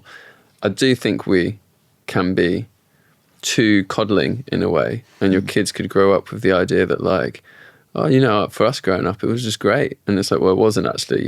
Your parents were struggling. And then you might have an unrealistic idea of what life is. Like, you know, I find life really hard, you know. I'm definitely leaning more towards that way, like thinking that actually it's okay to share more, that it is, like, especially around emotions and talking about emotions and how I'm feeling worried today, or I'm feeling stressed. Right. This is the, and If you can normalise that worry's a thing. We all experience worry. Yeah. And I think there's something like I was not good at that, like only because I said, I spoke about it openly, like amazing parents, but I didn't maybe have them. We didn't talk about it just because it's a different generation. We just didn't do that type of thing. So you go, but I do think it's important for the kids to understand, like that I'm able to cry in front of them, I'm able to be emotional or sad or happy and joyful, and all of those different emotions, that they can see that I'm that as well. I'm not just this guy who's got everything together and I don't have any emotion. I just get angry at some points and then I'm happy at other points. You know what I mean? I want it to be. In psychology, I think it's a Donald Winnicott thing. There's this idea of good enough parenting. It's a very old theory. It was originally called good enough mothering, and it's now become good enough parenting. So what does it mean to be good enough? And because I had this because a therapist once, I was talking about parenting, and he said, can I just stop you a minute? Stop trying to be perfect, you'll fuck him up. And I was amazed that a therapist would say this to me, right? Well, normally they just go, and how do you feel? And I was like, whoa, okay. And then he talked me through this thing. I was like, this is amazing, because he was essentially saying, by striving to show a perfect version of yourself, you're setting them up. Either they'll find out you're not perfect, that's not going to be too nice, or they'll live their adulthood thinking you were, but they're not. Right? And so that's really hard. So they were like, so don't be too good. So what's good enough? And it seemed to me that when he meant good enough, it was the same as what Carl Rogers meant when he talks about unconditional positive regard, which is essentially like the thing you can do is have a holding environment, they call it, for your child, which is to say that life's amazing and life sucks, and you're held and you're loved.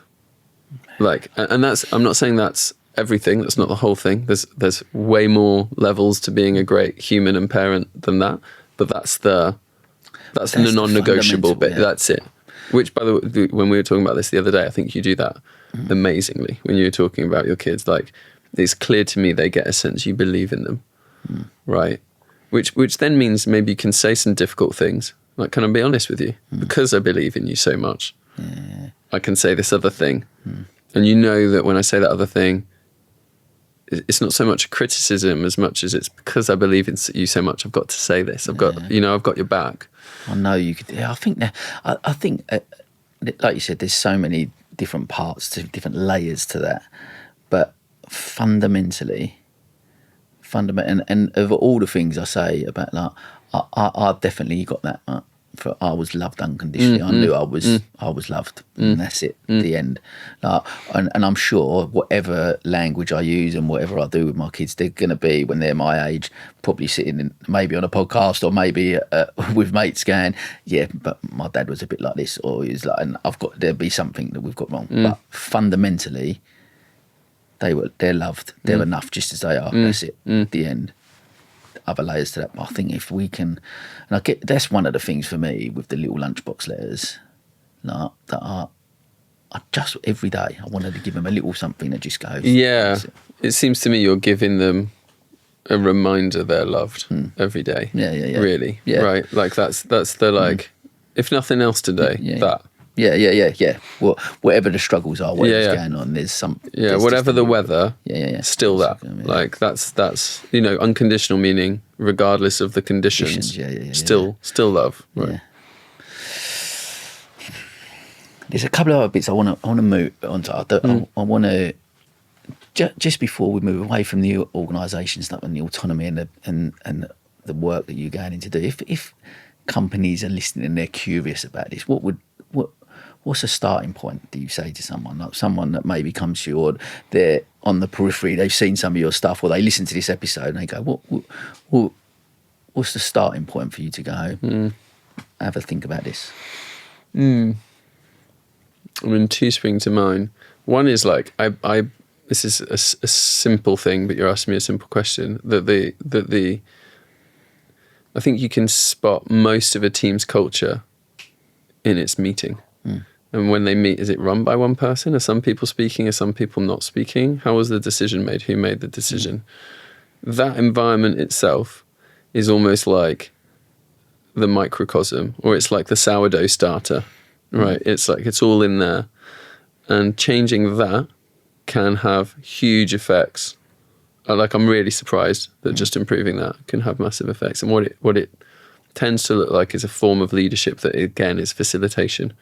It's trying to get the group to express itself, to decide, to feel safe to come up with some ideas and them be good or not good or whatever it is. That's one. The other one's sharing, like particularly information sharing. But you could add emotional data into information sharing, but just having knowledge or context, because we make decisions based on context. So if we don't have accurate context, we make poor decisions because we didn't have all the variables, basically. And that typically is really poorly done. Sometimes simply because of the way our tech is set up, but also in other ways, like we protect people from certain information, and people don't have a view of the broader strategy, or they weren't a part of building that broader strategy, or they weren't bought into it because it was done to them versus done with them, right? So there is a shift in that way of leading that can be invaluable. And of course, I tell people to get in touch because there's so many different things you can try depending on your circumstance, and they're small but can lead to like just a really great effect. And I geek on these chats. So. Yeah, I love that. But like you said, I think one of the things I've taken out is sometimes it is, and back to the Atomic Habit, is sometimes it's those totally thing is just, I'm going to make this little small change that doesn't seem like a small change, but that little small change on a compounding thing will make a big change. Absolutely. And I'm genuinely surprised because, as anyone, I geek in my area of expertise and have all these models and tools and ways of looking at things. And yet in some teams I've just like changed how they meet, changed how they decide, and changed their information setup. And like a few months later, like, we're all good. Like, this feels amazing. And you just can't believe it. It's like, really? It just took that from where they were. And it's really, and I feel the same with personal transformation. Like take wanting to put on muscle or lose weight or whatever, like the steps thing, it's become a meme in our culture. And of course it's stupid. If you're going to walk 10,000 steps and then drink and eat McDonald's, you're not going to see the results you want. But like, honestly, if someone wants to lose weight, upping the number of steps they make by 1,000 a day. So, if you're in even a small calorie deficit, it is amazing how much you can change. Not that, like in a couple of months. Like for most people, not for everybody. Yeah. It is amazing how those small things stack up. It feels like some sort of weird magic to me. And again, it's not always easy to hold on to good habits and stuff, but it is amazing how those small things have a big effect, And you mentioned there about personal growth, and there's a couple of bits I want to touch on now as well. Like something I know we mentioned at the beginning, right? We went to a monastery and amazing through, and you mentioned earlier about meditation and I've shared with you how I struggle with meditation and I find it difficult, but again, being in that environment and how amazing that was on Sunday. But I know it was fun, right? It was cozy. It was so cozy. It was an amazing experience. Right? We're what beautiful grounds, and I know it was dark, so I couldn't see a huge. But what I did see was just beautiful. It was lucky the moonlight, and then you go into this environment and sitting with some monks, candlelight.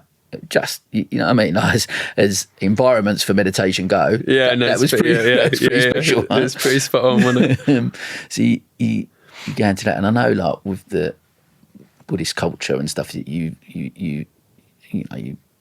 talk a lot about that, and I think on your journey, I think there's a couple of points, and I'd love to just explore it if we can. I know you've done some silent retreats, the 10-day silent retreats, which I'm really intrigued about. I think, I mean, for me to stay silent for 10 minutes is a struggle sometimes. So, but I'm really intrigued. Just talk to me about your journey to go, like what led you to go on to that, to explore that. And I mean, what led me to go on it was depression. So I got quite dangerously depressed. I can't remember now if it was 2014 or 15. It feels like it happened over a period, right? But then there was a day where like it happened. Like I talk about not waking up one day. And what I mean is that I'd been like working super hard, partying hard. I realized in hindsight I was having like so many coffees every day. And I don't think I ever actually knew that every coffee had 2 shots in it. And was like, you know, just doing really well in my job. I had some really bad romantic relationship situations that were really not helpful for me at all. And then it just all came to, right, and there's one day where I had got into meditation already. I'd been using the Headspace app a bit. I think I'd read a couple of books. I lived in London at the time. I'd been to a meditation evening run by, I don't know if he was a monk, he was ordained certainly, in Brixton. And then anyway, like, gradually my mental health's not going great. I thought of it as just stress, to be honest. But then I had this morning where I kind of woke up and like I felt like something was broken. Like I can't really, it's really difficult to describe. It was like, obviously my room was dark, so that's why it felt dark. It was dark, but it felt dark in a really different way. And I was just in floods of tears and couldn't, like for no reason, right? I was in floods of tears for no reason. Nothing had happened. It was just not great. I was so lucky. I called my boss at the time in my past job, and he knew immediately. I didn't have to say much. And he was like, okay, I want you to like go for a walk, then write down a handover document and send it to me, basically. And I wrote down this like meticulous handover document. So somehow I like summoned the energy to do that. And then he was like, don't work for the rest of the week and I'll come down to London and see you next week. And then the following week he said the same. He's like, yeah, don't go back to work. And I got dispensation and whatever. So I was super, super lucky. But then in that time, I started meditating a bit more, basically. I just did like the app stuff, this is probably 2014, I think. And then I started like just learning about myself, and so for listeners, when I talk about meditation, I'm talking about mindfulness, and I'm not talking about calming my mind. I'm not talking about creating a feeling of peace. I'm talking about noticing what it's like to be right now, right? And to try that and fail, like just like the ratio of failure to success is, you're not supposed to say that you're succeeding or not succeeding, even in meditation, because that itself, it's not succeeding. So to just be and notice what the mind does. Maybe that's the best way of putting it, noticing what the mind does all on its own, all the time. And I think I just started to notice things. Like I started to notice my mind was anxious, or was like always wanting something, or was always against something. And it just became very clear in my body as well that I have all these sensations. We all do all the time. But anyway, I was in a really bad space, right? And so I did this it just became a new habit alongside other habits like drinking and smoking, right? And then eventually I was finding it interesting enough and helpful enough that I chose to go on a 10-day silent retreat in the Goenka tradition. So caveat for listeners, I wouldn't recommend it to everyone. It's a really hardcore thing to do. You're silent for 10 days. You hand in all your devices, your books. You're not allowed pen and paper. So you are totally in silence for 10 days. And the meditation regime's absurd. You meditate 10 to 11 hours every day. So you're in a lot of physical pain from sitting down. I've now done 3 of these and a 3-day. So I've done 40 days plus of this at this point, as well as phases where I meditated 2 hours a day at home, which I don't do anymore. I'm probably doing it half an hour a day. But on that first retreat, I think I understood a big part of what depression can be, which was that I was in the meditation hall. We're on day 3. Day 1 is nice to be in peace a bit. Day 2 is boring. Day 2, I'm on 3, 4, 5 at this point. And I'm in the meditation hall and I'm just like, I can't take this anymore. This is too much. So I leave the room and go for a walk. And then And it felt almost like there was just so much noise, which is absurd because I'm on a silent meditation retreat. There's no noise. And yeah, I felt like it was busy and And then I go on a walk and I hear a bird. And I realise it like interrupted my mind. And I realised I'd been thinking that whole time. And not only had I been thinking all that time, the noise I could hear in the meditation hall was my thoughts. And those thoughts were all about others. So I was having arguments, like with family members, with colleagues. At one point I realised I had an argument in my head with a colleague that I knew of but had never met. And at that point I just like kind of broke into this fit of laughter in the forest because I realised the whole of my suffering was my thoughts running rogue. And none of this stuff was even... It's not like I was hallucinating crazy things, right? I was literally doing what we're all doing when we walk down the street and you're thinking about your emails and you're thinking about whatever. I was just doing that, but on a compulsive level, right?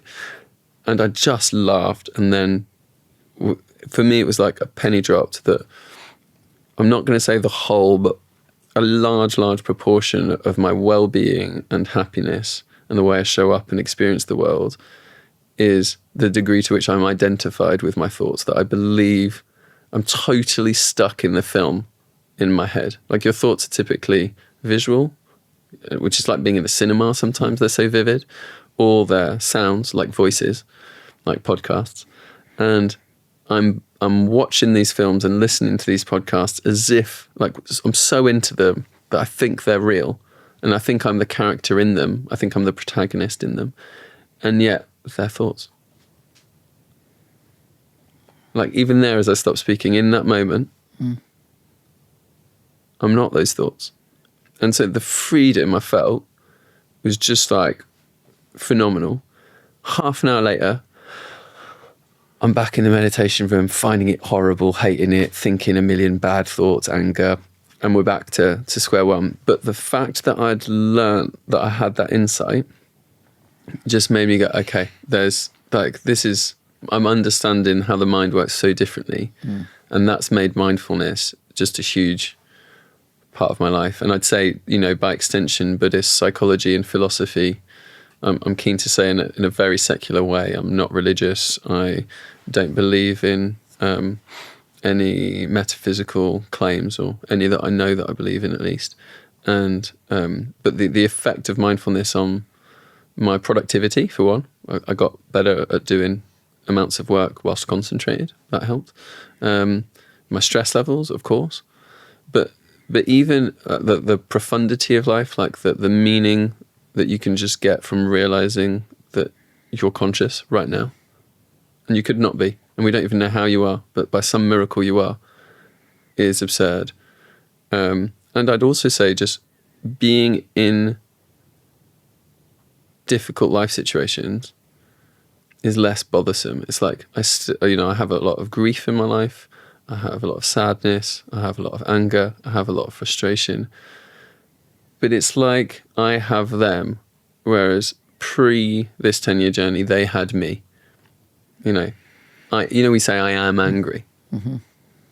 And I would say I've somewhat shifted from I am angry to I have anger. Or at least like, I've like made 1% of a step on that journey. But life is 50% better for having made that 1% shift, right? That was a long answer to you. So, honestly, wanting an introduction. There's so many things in life. I think for people listening, that thought process, like allowing, understanding your thoughts, right? Because so many of us don't do. That's why I like the silent retreat. It intrigues me, I think, because there's so much of it. What does it mean to sit not only with our thoughts but our feelings? Right? Like, we don't absolutely do that. Right? I think probably if I'm being really honest, for the first time in my life, I've probably done that this year. Really sat on my own with feelings and breath work has helped me with that, like the conscious connected breath and like the emotions that then come out. Like, did you during those 10 days was emotion side of it? Was it really emotional, or?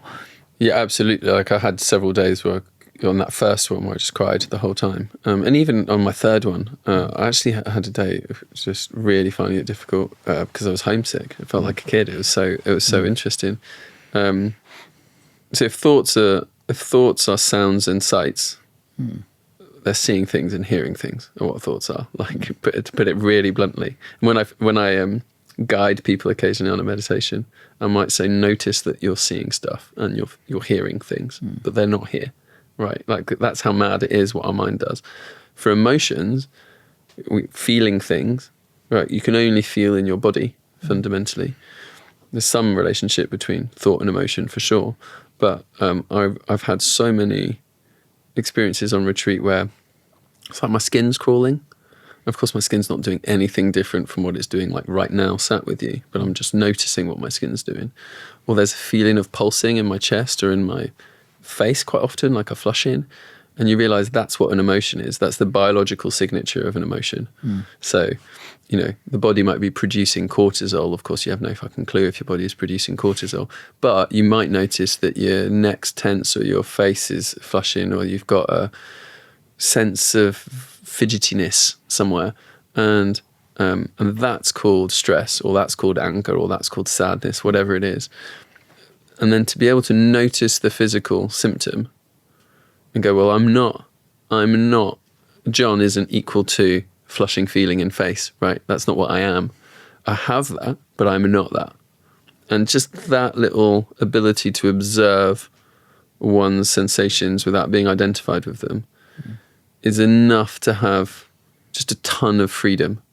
So now I describe it by like, I am just as sad, angry, grievous as I've ever been in my life. Perhaps more so, actually. I think I feel feelings more deeply, but I'm less bothered by them, right? So it's not that having done this 10 years, I can't honestly say I feel calmer. Or maybe, I think I do. But that might just be grown up. Are you able to feel more present? Are you able to be in the moment more? Yeah, it's difficult. Gabs calls my brain the factory. She's like, it's just, I can hear it almost. It's just clunking and coming up with ideas and thoughts. Or like I love ideas. It's basically like, my kid asked me recently, what are you into? Because we were talking about like work experience, whatever. I was like, ideas. Like I just love ideas. So, I'm not, no and yes, like far more than ever before. But again, it's just, even that small amount is just such a huge amount of freedom. Like it's not to be, there's a great podcast, it's very like accessible, called 10% Happier by Dan Harris, who was a news anchor in the States who had a panic attack and then got into meditation, and he's called it 10% happier. So he's saying, I'm just 10% happier. But he's also saying, I'm 10% happier. Like, that's amazing, right? And so, yeah, I'm able to be more present. Yeah, I am a bit more calm. People call me calm now, which is like, to me, funny because I don't really feel it. And like 10 years ago, no one would ever have called me calm. Right. I remember it being a goal in my life that one day I'd be calm. And I don't feel it, but again, people call me it. But it's the not being bothered by not being calm. Like, it's okay for me right now to be stressed out. Or it's more okay than it was before. Like, it's okay right now for me to be pissed off. That's okay. I don't need to do anything about it. So before, I wouldn't have even noticed I was pissed off. I'd have probably added to it, and I've probably then done something in the world that might affect someone else or me in a likely negative way.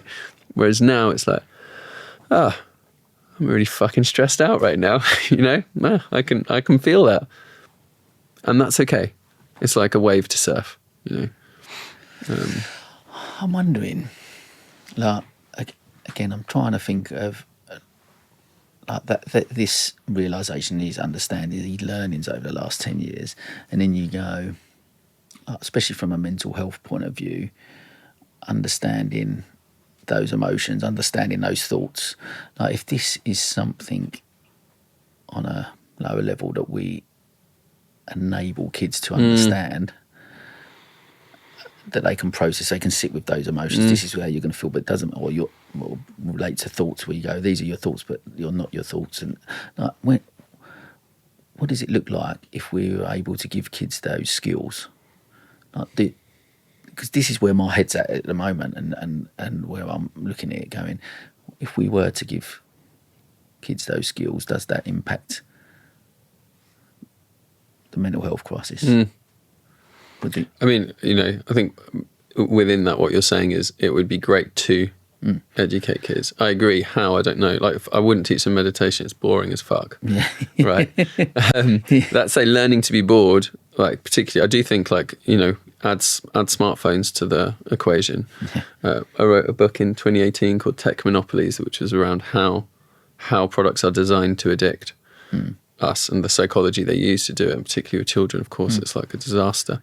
And what's mad about them, notice how you feel after loads of time on your phone. You compulsively think after. You probably are more thinky than ever, which I'm not saying is by design, but it's a byproduct that doesn't feel great.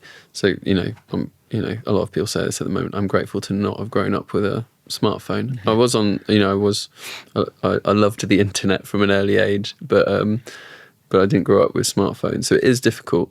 I've chosen to not teach, push, guide my son into wanting to meditate because I'm worried I could put him off for life because it's so boring. He sees, like this morning, he's had a shower, he walks in and I'm sat down with my eyes closed and he sees me do it.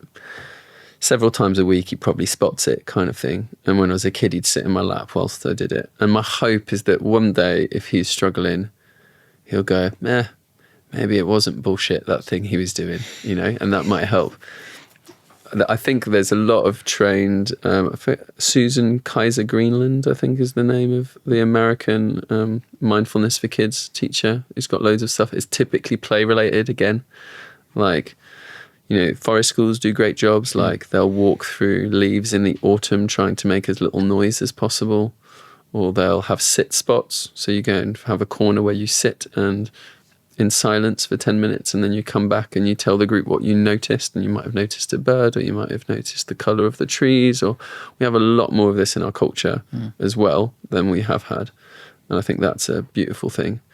I do have a slight worry that the mental health crisis, as you put it, is also like, there was a thing in the news the other day that we're over-diagnosing mental health issues quite a lot of the time. We're seeing that, like, that's not depression, that's stress, that's like life, basically. It's just a bad day. That's a bad day, yeah. That's not depression, that's bad. Depression's like I now know, I'm really cautious to not say I'm depressed or I feel depressed, because I now know at that time, when you go back to that period, Did you feel that you was depressed? I know that I would absolutely clinically diagnosed as having depression, and I think for good reason. Like I think I was in danger.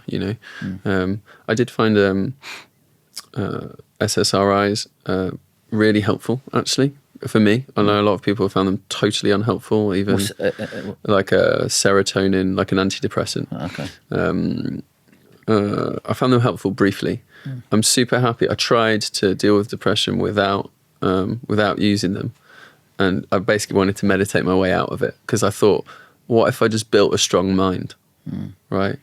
And in the end, it was like I still couldn't get enough oxygen, so I did take pills, which really helped. It was like, right. I remember my mum saying, "Oh, you're back."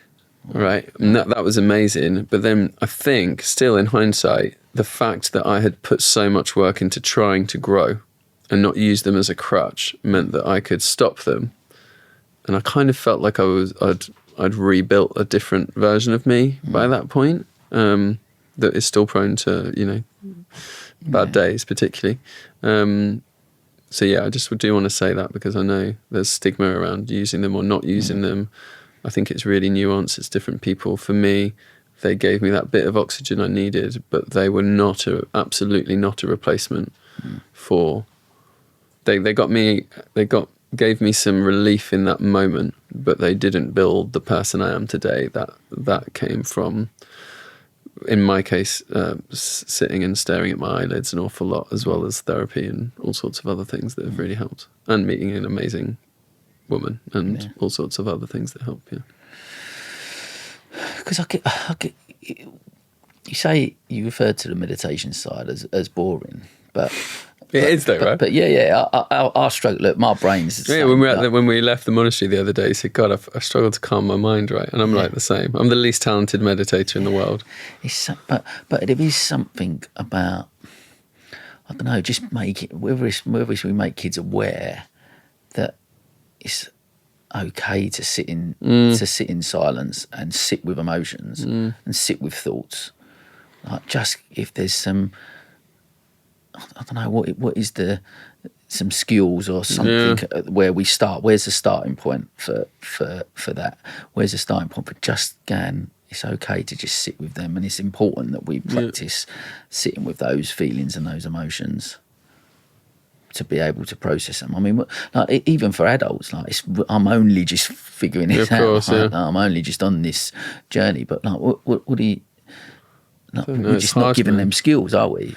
We're not, but like, I don't know. Would you want to learn them as a little kid? Like, it's so difficult. I mean, I think there's things that we can do that aren't actively getting a kid to be alone in silence, but are maybe taking some noise out. Like, I think using devices as a crutch as a parent is, and I just want to caveat, particularly single parents, like, surely sometimes you just give them the iPad, right? Caveat that life's really hard. And if there's moments where we cannot do that, right, or whatever that, I think even that is something. Because you're right, like, what's that famous quote that most of humanity's problems are caused by not being able to sit alone in silence in a room. Or maybe it's a comment. Maybe the quote was about war. Like, if we could just sit alone in silence in a room, wouldn't the world be more peaceful sometime? Yeah. Because I think that for me, it's learning that what come out of the 5 pillars. So one of the key ones is presence, right? And how important that is, and yet we're surrounded by things that are programmed to distract us. Yeah, right? of course. And like you said, kids. Well, they call it the attention economy. Yeah. And so we're constantly broke, like, so to quite, like, and then for kids, like I said, we grew up without it, but kids are growing up with these smartphones, and they're going to have the more distraction, and AI comes into it, more and more distraction, right? Where you're not having interaction, you're not. But just, I think there's got to be the we're almost going. I feel we need to go backwards to. We'll talk about like Buddhism or in that sense, that learning from some of these ancient practices that are going to help us. That are going to help that again. One of the other pillars is balance, and when I mean balance in the sense that everything's got to be equal. There's got to be an equilibrium, but there's got to be elements of this and elements of that. Yeah, balance is a dynamic thing. You're constantly balancing. Yeah. Right, absolutely. Yeah.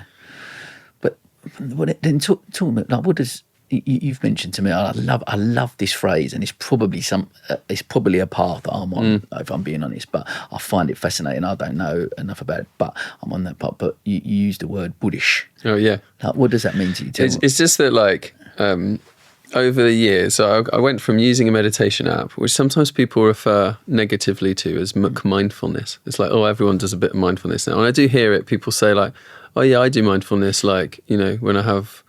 Like when I go to the gym, and I'm like, okay, fine, you might be, but I think we're talking about a different thing. So it got me going into it a bit more and going deeper, and then reading an awful lot of Dharma books and listening to all sorts of teachers and whatever. And I just found myself finding that Buddhism is like an absurdly great methodology for understanding the mind, and yet, Recently someone said, "Oh, are you Buddhist?"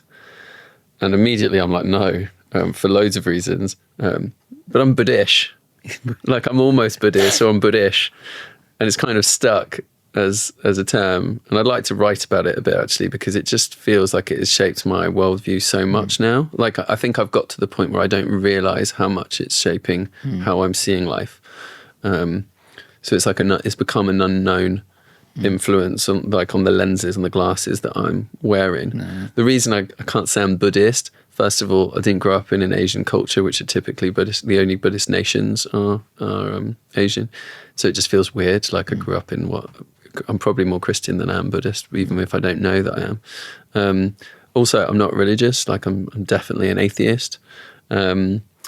and like any metaphysical claims like bother me, basically. So on those fronts, I can't be Buddhist, but I just can't neglect not just mindfulness, but a lot of Buddhist ethics, essentially about reducing suffering in the world, about compassion being that when love meets suffering, that's called compassion, about the Buddhist psychology, like the difference between compassion and empathy being a trap fundamentally, whereby if you're sad, I'm sad too, whereas compassion being you're sad and I'm sending you love in the midst of your sadness. And in that moment, you hopefully are somewhat helped by that. And I actually feel great for offering you that. I don't leave feeling sad. So for carers, there's huge repercussions to that. So yeah, Buddhism has just become like this way in which I can't unsee the world. It typically deals constantly with paradoxes. Like, you know, the end of suffering in Buddhism is about no more craving and no more aversion. And yet I crave to not crave. So you're always stuck in some sort of odd paradox. But so yeah, I now say when someone asks me, "Are you Buddhist?" I'll say no, but I'm buddish. Like it's a massive influence on my life for sure. Yeah. And it is just fascinating, and I think that certainly from even going to the monastery and just opening my mind to that way, because I'm similar to you, that I'm not religious in any way, shape or form, but I do. It intrigues me, and actually, like you said, the kindness, the compassion, those type of elements. How I want to live my life and bring the kids up in, I guess. But I'm thinking about, like we talked a little bit about the other day when we were sharing about these getting to them moments in life, maybe where there's that sense of euphoria, like that, like from spirituality point of view or whatever that looks like. There's that element of what you took me to the lake that day, and I would say it's possibly the closest I've come to that experience, like just of 100% being in that moment. Like, is that? Do you think? Like, is that what we're searching for in life? Is that what we crave? You talk about craving. Is that what we're sort of craving in life a lot? Or I mean, it was interesting. You know, when you were talking about kids and like the world today being so, we're going to these old ancient methods, right? I think there's a religious hole in a lot of our lives, or a spiritual hole. Again, I'm saying this to be clear as someone utterly non-religious. Yeah. But I get it. There's like a meaning or a connection to something bigger, quote unquote, that we're missing. What you're describing there, the lake, which was a beautiful morning, like we went, you know, for listeners, we went swimming, we walked in silence, it was foggy, and then the mist like lifted and we were in this beautiful clean lake. I said to you, didn't I, how much you must have spent on this fog machine. I know. Well, you created the environment. Yeah. It was so lucky. It was just like properly, like, you know, tear inducing. It was just phenomenal. And there was a heron just hanging out on the lake. Those are peak experiences, and yeah, we're seeking them, and maybe they're worth seeking a bit, right? Like, you know, my life's better for having had that experience with you and others that I've had. However, one thing Buddhism teaches you is that it's impermanent, and if you chase anything that's impermanent or attach yourself to anything that's impermanent, you're going to be set for a downer. I mean, literally think of drug experiences, right? If you've tried various things, you might have a lot of euphoria and possibly a massive come down after. And I've actually had it, you can get it in meditation. So on a retreat once, I was on day 8, and I had this, I don't think I'd had this before. I wasn't expecting to. I had this moment where I was very, very concentrated, and suddenly I felt like flashing lights in front of my eyes, and then this beep pitch in the back of my head, it felt like. And I left the room just like, I couldn't stop smiling, just like the happiest man. And I went for a walk in the woods, and I felt like the woods were passing me by, as if it was like a mushroom experience, right? And the next day I was so depressed. And it was like a reminder, it's like, this too shall pass. We use that expression, this too shall pass, for bad things, right? Like if you're financially you're struggling or you're depressed or whatever, you say, this will pass, this will pass. It's a really useful mantra. It's also true when you're having a peak experience and you're having the time of your life or your business is flourishing. Like, this too shall pass in some way or another, right? Maybe your business will forever flourish, but you'll be dead. Like, so if you get attached, so there's a slight difficulty there that, for me, mindfulness at least is not about seeking those experiences. Like, I'll take them when they come, and I'll try my best next time around to not like cling on to it for dear life. But I'm not there for that. There's a great book by Richie Davidson and Dan Goleman, which is about the neuroscience of meditation and how the brain, the more hours one meditates, the more different their brain is. And the book is called Altered Traits.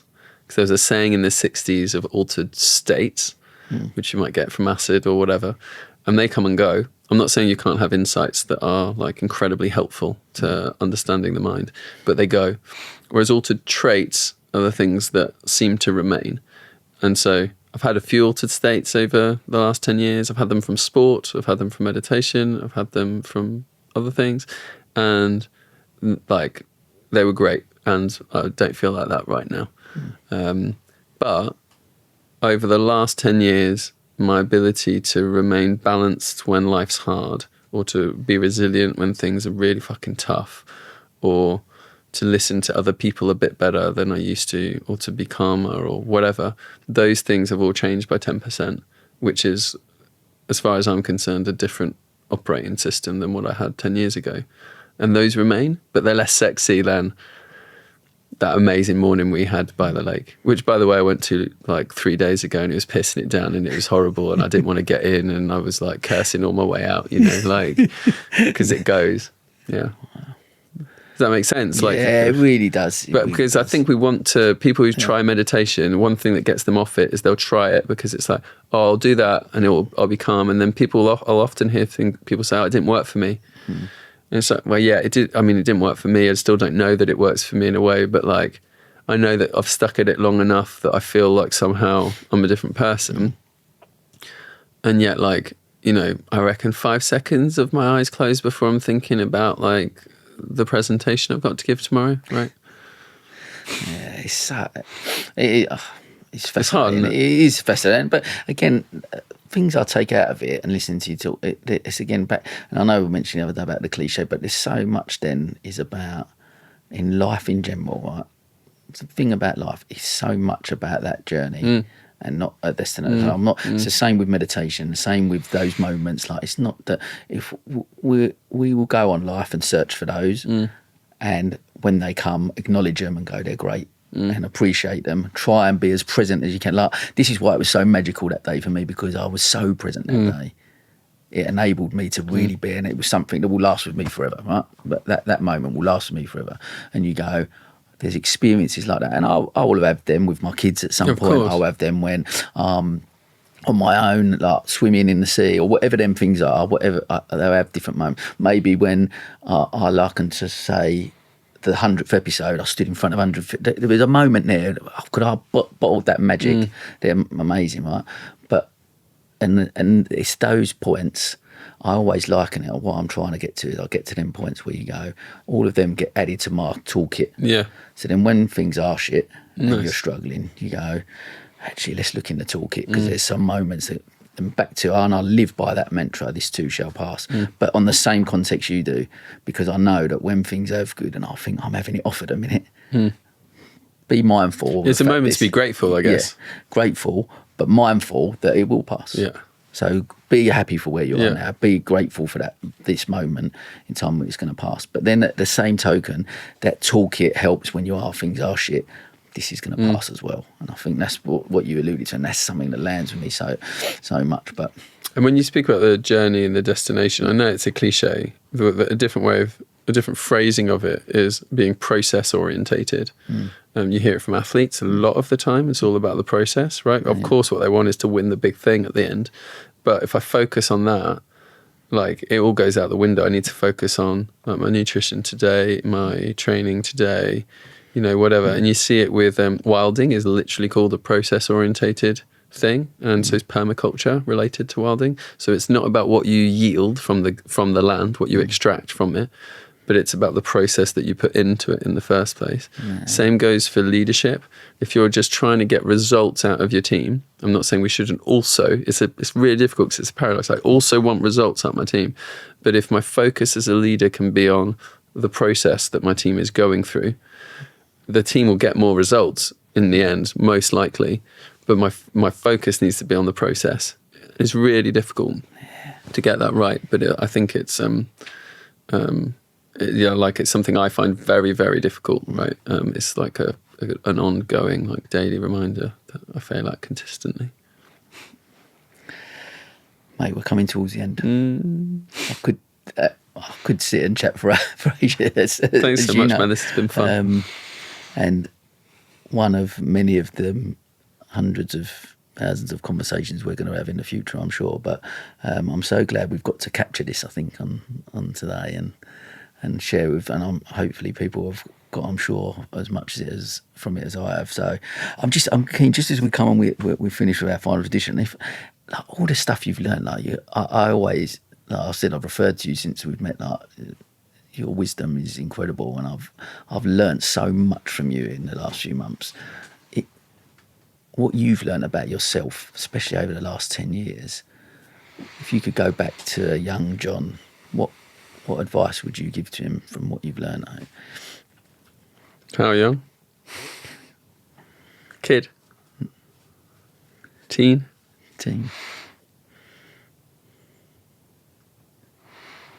It's difficult.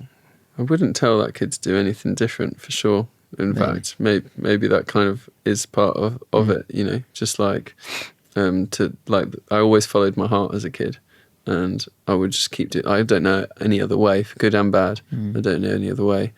That's for sure. Maybe I would perhaps tell myself, here, as I say this, I'm thinking how I could improve as a dad as well, is I'd probably tell him to go less hard on himself, or be less like,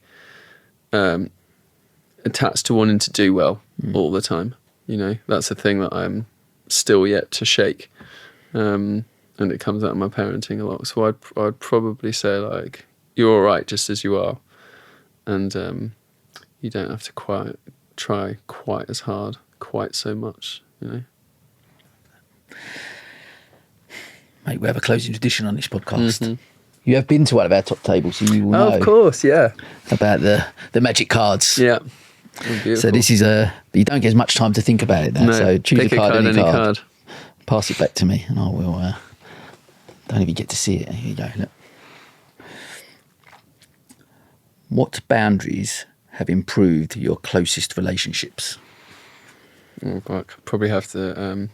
We're in public, so I probably can't say everything there. What boundaries have improved my closest relationships? I don't know that I have any specific boundaries, if I'm honest, but I feel like the learning of what boundaries are and aren't has improved my most important relationships. And by that I mean, like, the ability, I'm still learning, to ask for what I need, or take responsibility for what I need, even if it means disappointing you. But also asking you to do the same, right? Asking you to do what you need, and I'll try and help you. But you also might disappoint me, and that's okay as well.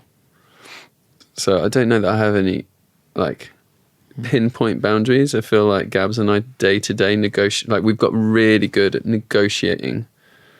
Like, I need this, you know, I need you to do that. It would really help me if you do that.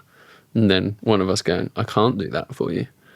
And negotiating that has been, like, such an important life lesson that has made our relationship, like, so wonderful, so helpful, so productive, so loving. And other relationships it's helped as well. I'll leave it at that.